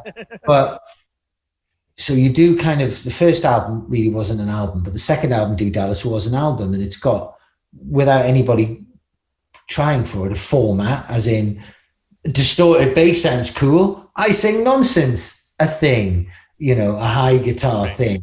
That's basically, with some variation, that's it, even though, again, nobody thought of it that way. But then when it comes to then writing next album, if you've got any self-respect, can't just do that again. And now, just do that again. That worked okay. And now, because you've played those songs so much, you're aware that there's a degree of a format with it. So you're looking for ways to kind of invoke that feeling, but by doing it slightly differently. And some attempts at it were really successful, and some attempts weren't. Like a song like Without MSG, I'm Nothing is very successful. It sounds like a development of what went before, whereas a song like Lucky Jim on the album, which I still think is really good, but by means of how we recorded it, it just sounded a bit muddy, I suppose, is the way I'd describe it. Or certainly a little bit muddier than maybe I would have wanted it. But looking at it another way, that's how it sounded. So that's how it sounded. You recorded with Steve, so you know the fucking story there. So that's how it sounded, because that's how it sounded. That's as simple as that. Or at least that's my understanding of it. I could be missing something completely fundamental about how sound works. Well, the metrics too can change. I mean, think about the fact that, if I remember correctly, I think you said that She Will Only Bring You Happiness. You kind of felt that was like a bit of a pavement. Yeah. Well, yeah, but we called it the pavement song because it sounded a bit pavementy, and really it doesn't. I mean, it's got other aspects of, say, my personality, which maybe stop it sounding like that. But to us, there was it was a joke. I mean, even when we're doing How to Stop, the fourth Feature the Left album, there was a song which I just called, which ended up being like on the Human Death EP we did, called Fucked Up Runners, which it's not on the album, because to me it just sounded like a sped up shellac song. That's what it sounded like. So if you can identify it, usually other people too. So. Yeah, but it's almost, but again, if something like that happens occasionally, then I mean, you know, on my hard drive stuff I'm working through, I think I've got Fugazi 1 through 47 or something. You know, it basically means you know what it means. You make music, and you know those ideas usually won't go anywhere else because it's like, congratulations, that's pretty good. It was better when Fugazi did it. You know, and so that's just what that is, isn't it? But it's still loads of fun to make that music. I spent about a good hour and a half last night listening to music I made, which I will definitely never release. But I had loads of time listening back to it and having memories of when I made it. And that's shocking in some ways, but it's just so much fun to make music, to have notes come out of fucking nowhere. I just love it.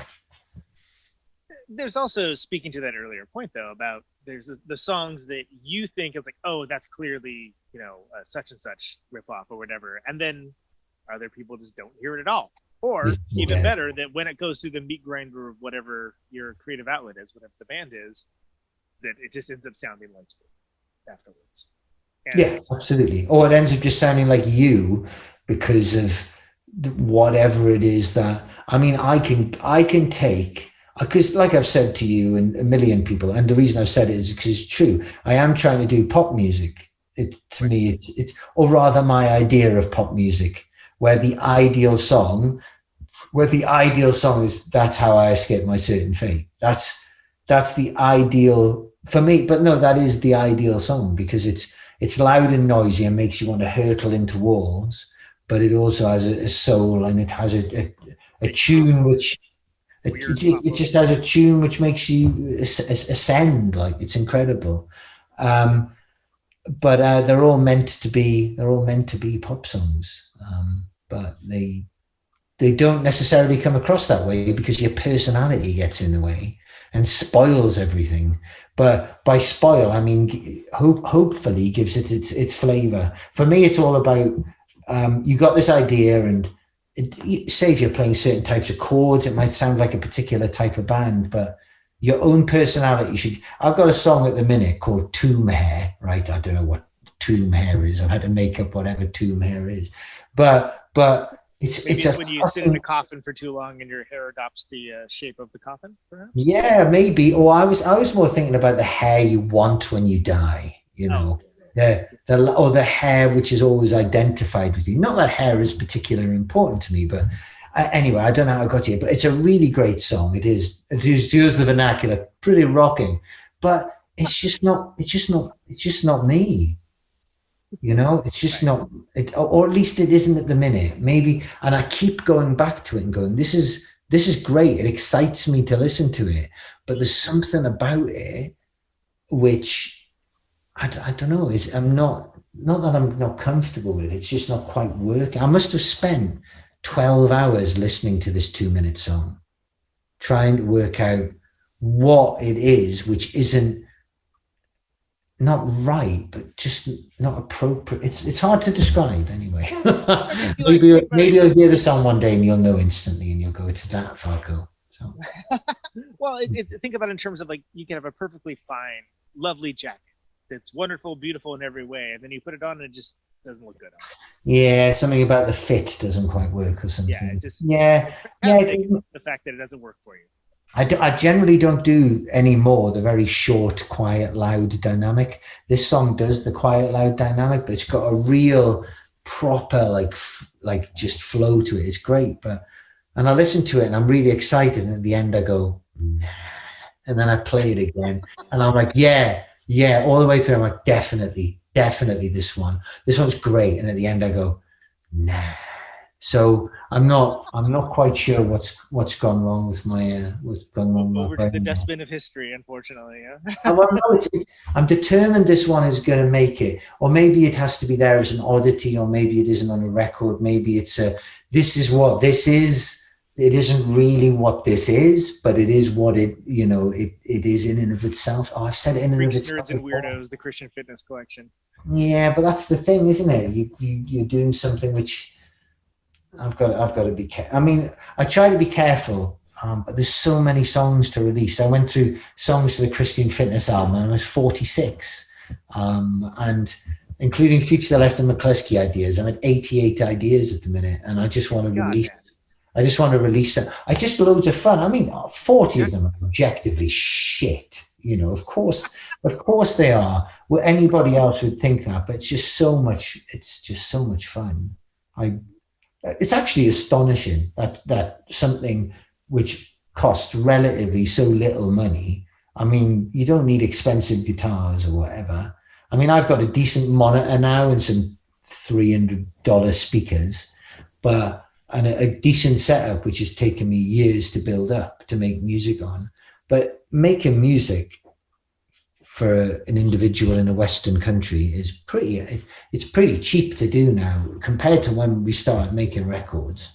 It was so, you had to pay hundreds of pounds a day. You had to pay £200 a day to do a substandard recording with some guy called Dave.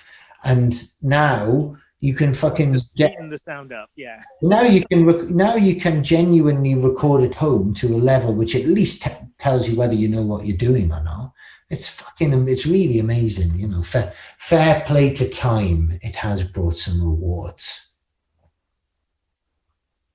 Thank goodness, because there's a whole lot of whatever the opposite of rewards are going on for the world at large. So it's nice to take stock of what is important.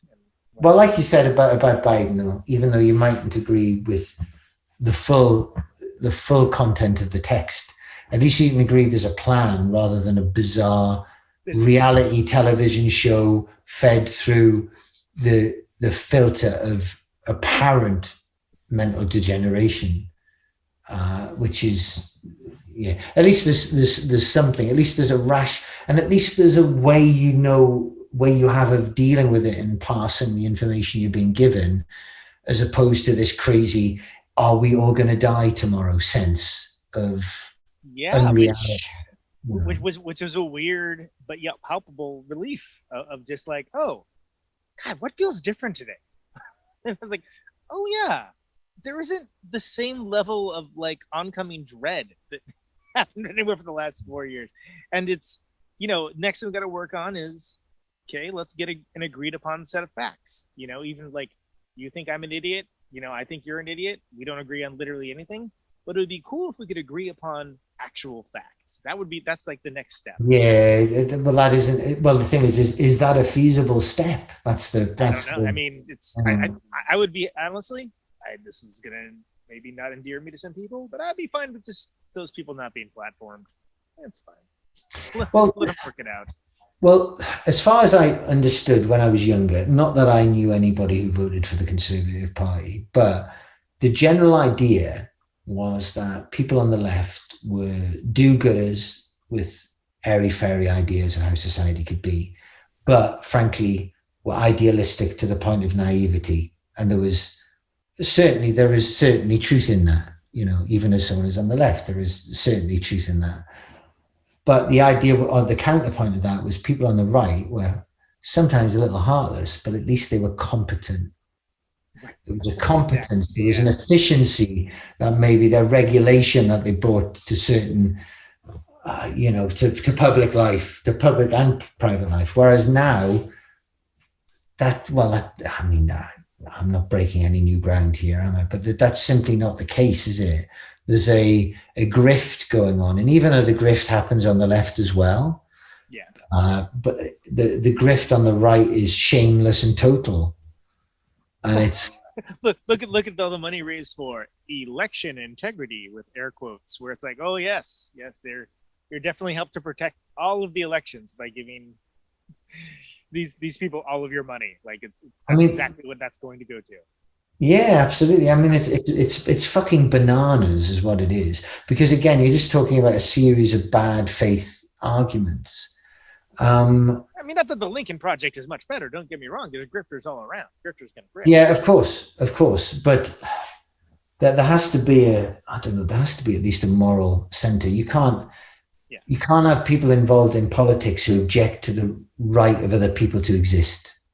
That is just such a fundamental part of the equation, because then you're not having a debate. Somebody's constantly having to caveat or plead for their own existence. In effect, it's just It's just fundamentally not right. I just, if there is an issue, I can't help increasingly feeling as if the people on the left would rather win the argument online than they would affect actual real change. And real change is ultimately only going to be affected by changing the mind of people who are somewhere for whatever reason, and no, I don't understand it either, but are somewhere in the middle or consider themselves to be in the middle. And I just can't help feeling as if the language we use, which isn't a problem for me, I can't help feeling that it won't change anything. Well, exactly. And so you've somewhat paraphrased yet stolen preemptively. How dare you?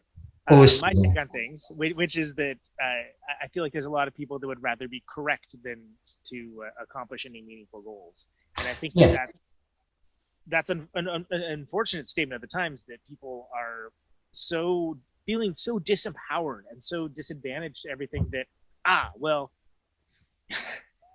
much as he's a loathsome asshole, we got Piers Morgan, so everything's okay. Well, no, what did that? And he's actually really do? He's all right. He's doing better today. You have some contract with, Dystoma version 2.10 or something. You'll be fine. You'll be making more money than any of us could imagine, because literally his job was to create controversy for money, and everybody retweeting his shtick or whatever is you know what? If you don't know at first, it's fine, but once it's been pointed out 150 times that he's trying to get you to reply to that, you dumb bastard, and you continue to do it, then you're a dumb bastard. Like it's literally his job is to make you react to the stupid shit that he says. But there we are. I mean, I just don't see anything fundamental changing anytime soon. I think there's something, I think there's just a battle line drawn, and the problem with that battle line is I don't think the left are going to gain from it. I think all they gain is reinforcing that we're right. But then again, you've got people like the Labour leader of the minute, Keir Starmer, whose tactic seems to be to avoid, for want of a better term, culture war talking points, which is probably the thing to do electorally. But if you do it for so long, then what's happened to the soul of your argument? It's a very... It depends on how you frame the debate too. Like, I think that, this is probably the wrong time to bring it up near the end of the show, but we were going back and forth about, defund the police. I think that you can, I think that the folks that believe in defund the police, the way you do it, and I get it that it sounds like weasel language, because it is you, at least in America, call it police reform. Just in the same way that it was welfare reform or whatever along those lines. Sure. And they've done this for years. And do I endorse these tactics? No. But when you have framed language that you want to accomplish the goal, right? Well, would you rather have something that sounds like the right aggressive thing to chant, or would you rather actually accomplish the goal? Yeah, well, for me, I mean, essentially what you want is a different police force, isn't it? Yeah, and that's what it really means. And it's a reform. Whereas defund the police literally means, especially to somebody who wants to hear this, but what it actually means is take all the money away from it and in effect stop it existing in any form. Instead of demilitarizing, it's like, we don't want police to exist. And it's like, well... because let's face it, what really is the police? It's a theoretical deterrent to career criminals to commit crime, really. Yeah. That, in my experience of my life, that's all it is. In fact, its practical applications to my life have been terrible. Times I've had to go to court to give evidence and stuff. Appalling, like terror. It's been no protection to me during the pandemic. I've seen them walk past crowds of people, except, of course, obviously when women are protesting. Well, not just women, people are protesting on Clapham Common of this poor girl's disappearance or kidnapping and murder. They're really good at wading in then, but certainly British police haven't covered themselves in glory during this pandemic. Partly they say because they're hamstrung, but things I've actually seen, frankly, can't be asked to wade into a group of lads and hold them to account. I'm sure you don't want to put yourself in personal danger all the time. I'm not saying otherwise, but I'm a person whose knee-jerk reaction to defund the police is, that sounds stupid. But then when I actually go back to incidents in my life where I've needed the police and they haven't been there for me, then you think, oh yeah, but really, what fucking if I go back through my life and I take the police out of those equations, apart from this theoretical, barrier there are to career criminals committing crime, my life wouldn't have been any different. A landlord once stole all my stuff and the police turned up and told me it's a civil matter. So I went to give evidence in a trial, and the two policemen who were meant to be giving evidence didn't show up. Another time I got beaten up and the policeman joked with me that my head injury wouldn't be too bad because I was from Newcastle. Now, these are some of my police highlights in my life. So I'm not really a fuck the police guy because I don't believe in being so rude unless I'm on stage. But but in reality, so my instinct is defund the police is stupid. But the reality is, well, imagine what would actually be different. Right. And again, the fundamental precepts of the argument and the organizing push for it, I fully agree with. I just don't like the band name.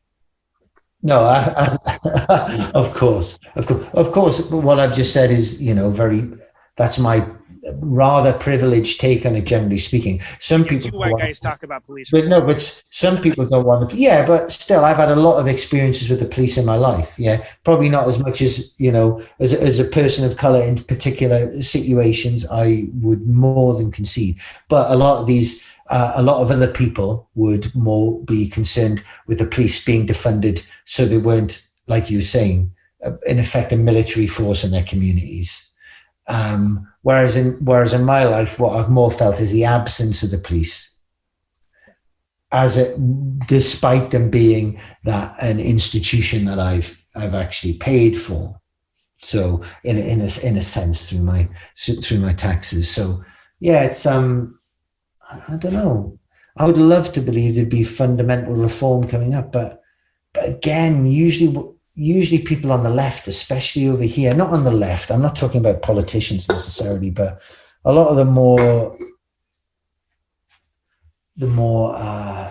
popular kind of cultural commentators, I just always think, oh God, they're the ones leading this. I don't know, maybe that's just an incomprehension of the idea that the kind of person who generally seeks power, or I just don't think I ever like those people. Yeah. Like I just don't think I ever like those people. There's something always unappealing about them. I'm not sure if that's them or me. I suspect it's both of us. Well, and again, I think you run into problems when you have people that would rather be correct than get things done. But I understand, the need to sort of cry out in the wilderness too. Like, yeah, I do. This is the thing. Be damned. I understand. I'm just saying, if you actually want to advance change. Yeah, they're two different things. Revenge, I understand why people would maybe feel as if they want revenge or redress. Right. But in the end, they need change, I suppose. I'm saying it's nebulous. It's a nebulous day in this case. We're talking about anybody affected by the police in the same way that, we can talk about masculinity, but we can, it's a joke and it sounds tired, but it's true, isn't it? Men are affected as much by masculinity as women are in very direct ways. Ultimately it's in everybody's interest, apart from the interests of incredible racists. Right, yeah. And I sometimes think this, and maybe this is a very privileged way of looking at it, but I sometimes think we sell ourselves short by concerning ourselves with racists or sexists or homophobes, because and obviously I'm aware there are micro transgression-y forms of each of those things, but generally speaking, they come as a whole set. Yeah. You know, we are talking, and I don't want to again simplify it by making it sound like the problem are arseholes or is arseholes on your side of the pond. But I think there's certain obnoxious kind of personality types which are indulged too much, maybe. I agree. Yeah. But maybe that's a total simplification. I'm not, looking at the structures which, support society, but there's certainly the racists and the homophobes and the sexists that we fucking see and hear, aren't they? They're the ones out there. They're the ones out there doing those words as verbs. So they're certainly not. It's not a kind of racism which really lurks in statues, that is it? It's a kind of it's an active racism. So yeah, I'd worry personally about most people who'd want to be a police officer, like in the sense that the last person you want to give authority to is the person who is trained to have authority. Exactly.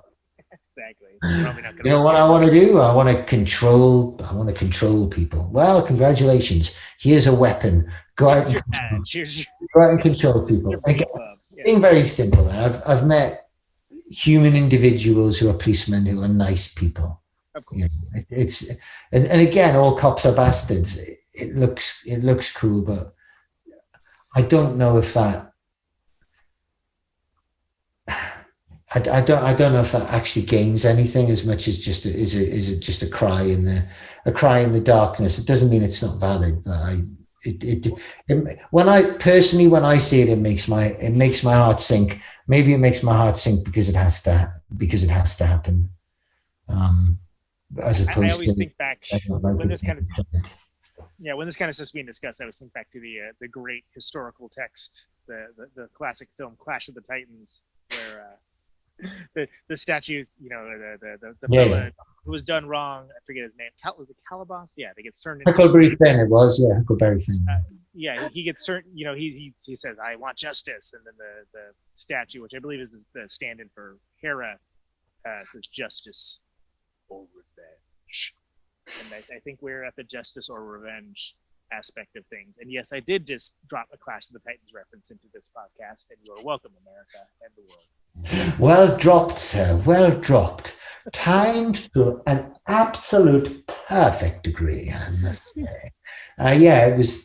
I think we can all forgive you for what you did, for what you've done, for what you'll look back on this moment in years to come, and you'll have a different perspective, I'm sure. Things changed. Things do change. Well, as a wise man once said, the only constant in life is change. Wow. Indeed. Didn't he say that? Didn't he say what? Who the fuck sits around thinking of things like that to say? Just what is wrong? Just think of some great thoughts. Hey, he'd be like, Steve, I told you to put the kettle on. What the fuck is this? What is the fuck? This is the only constant in life is change thing. Tea, mate. Toast for everyone. A round of toast. We were take very out the trash. Yeah. we were very specific. No more aphorisms, please. Just toast. Just toast. God damn it, Steve. It would be. It sounds like a Steve thing to do, that, doesn't it? It's a real. It does sound like quite the Steve thing. It's a real Steve move. Crank out aphorisms to do mundane household tasks. Yeah. But especially when he had an explicit task to be cracking on with. Yeah. Honestly. That's a Steve thing to do, for sure. It is. 100% Steve, mate. 10 times Steve. 10 times Steve. Falco, this has been great, man. It's always great to have you on. Anytime, anywhere, et cetera, et cetera. Looking forward to hearing the new stuff. Thank you. Yeah, well, I'm hoping to do, after I finish with Gateway Band very soon, hoping to do the new Christian Fitness album in the next month or so, and then doing Future to the Left stuff the rest of the year whilst looking after my daughter while my wife works a normal, regular job, and hopefully staying healthy. And yeah, going from there. Really, that's the story. But always a pleasure to speak with you. And good luck with the whole thing, and play whatever crazy saxophone solos you want over this as per usual. Thanks, sir. Have an excellent evening and be safe. Okay, take care. Bye. Oh, there he goes. The one and only Falco. Future to the Left, McCluskey, Christian Fitness. What an awesome guy.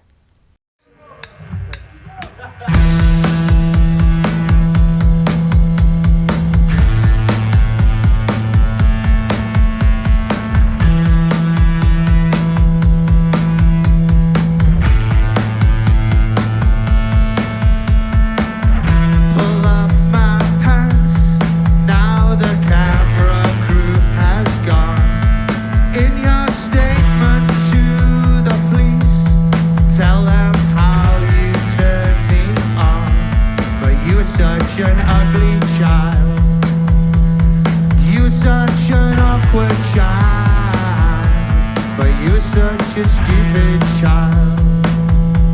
We should have cottoned on.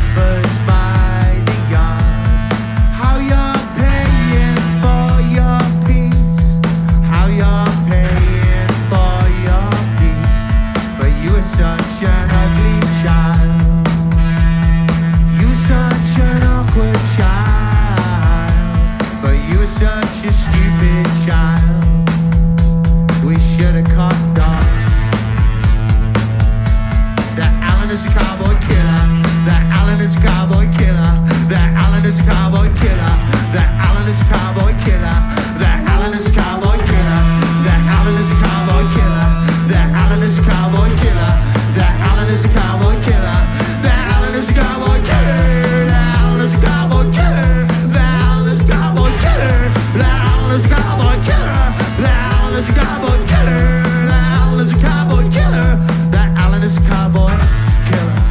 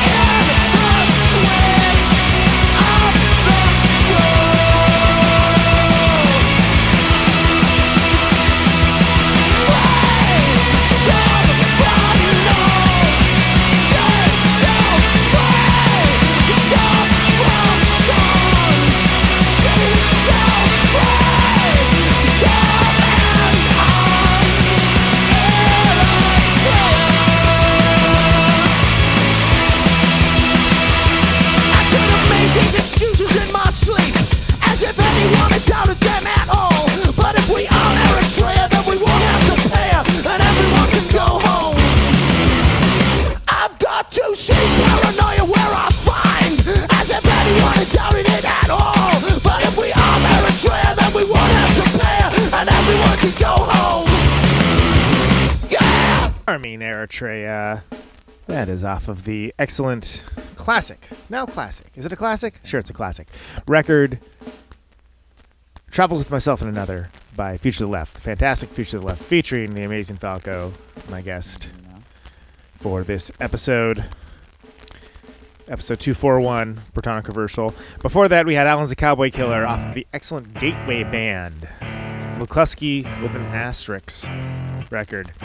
If you're looking to find that, you're going to have to go to the Christian Fitness site. That's christianfitness.bandcamp.com. That's a live album. It's a McCluskey live album. It's great. It's really good.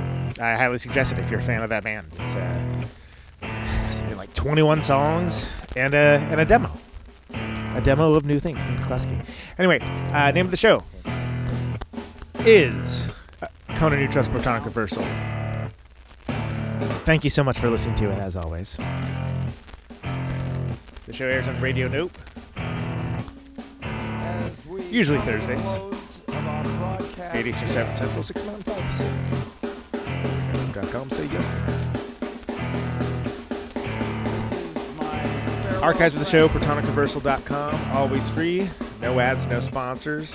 No kidding. If you would like Mr. and Mrs. America to get episodes of the show sooner, patreon.com/protonicreversal can take care of that for you. $1 a month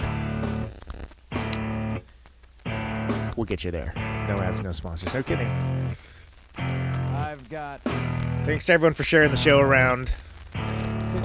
It occurs to me that I should maybe start mentioning this stuff at the beginning of the show before people turn it off. Thanks for people sharing the show around, though. Likes, subscribes, all that. That's how people find out about it.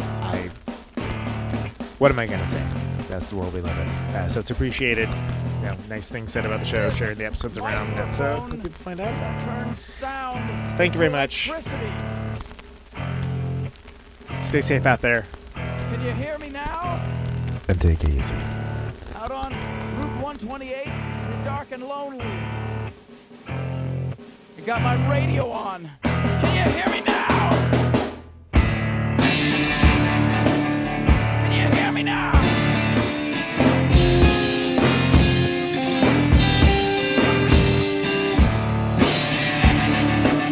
Can you hear me now?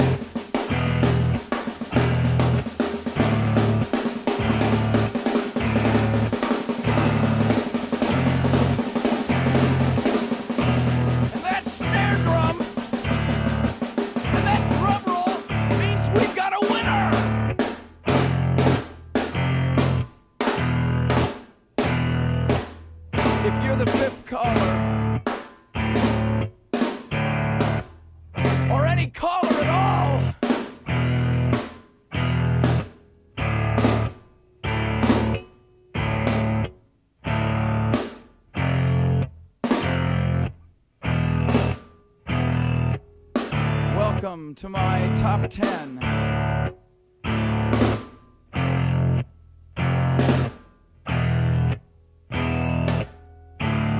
I'd like to thank our sponsor. But we haven't got a sponsor. Not if you were the last man on Earth. She was prepared to prove it. This one goes out to a special girl.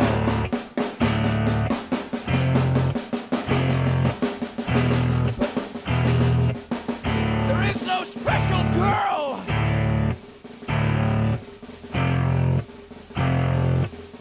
It's the end of radio. The last announcer plays the last record. The last what? Leaves the transmitter. Circles the globe in search of a listener. Can you hear me now?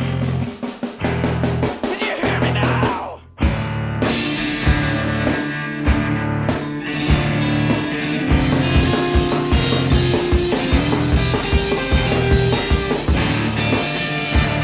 Can you hear me now?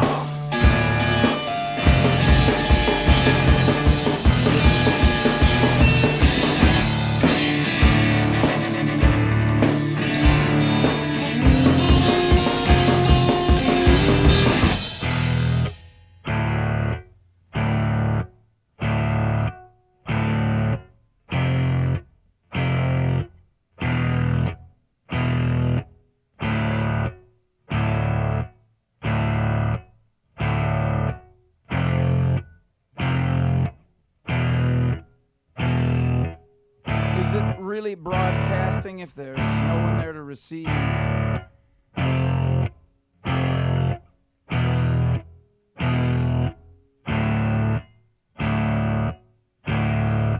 It's the end of radio. As we come to the close of our broadcast day,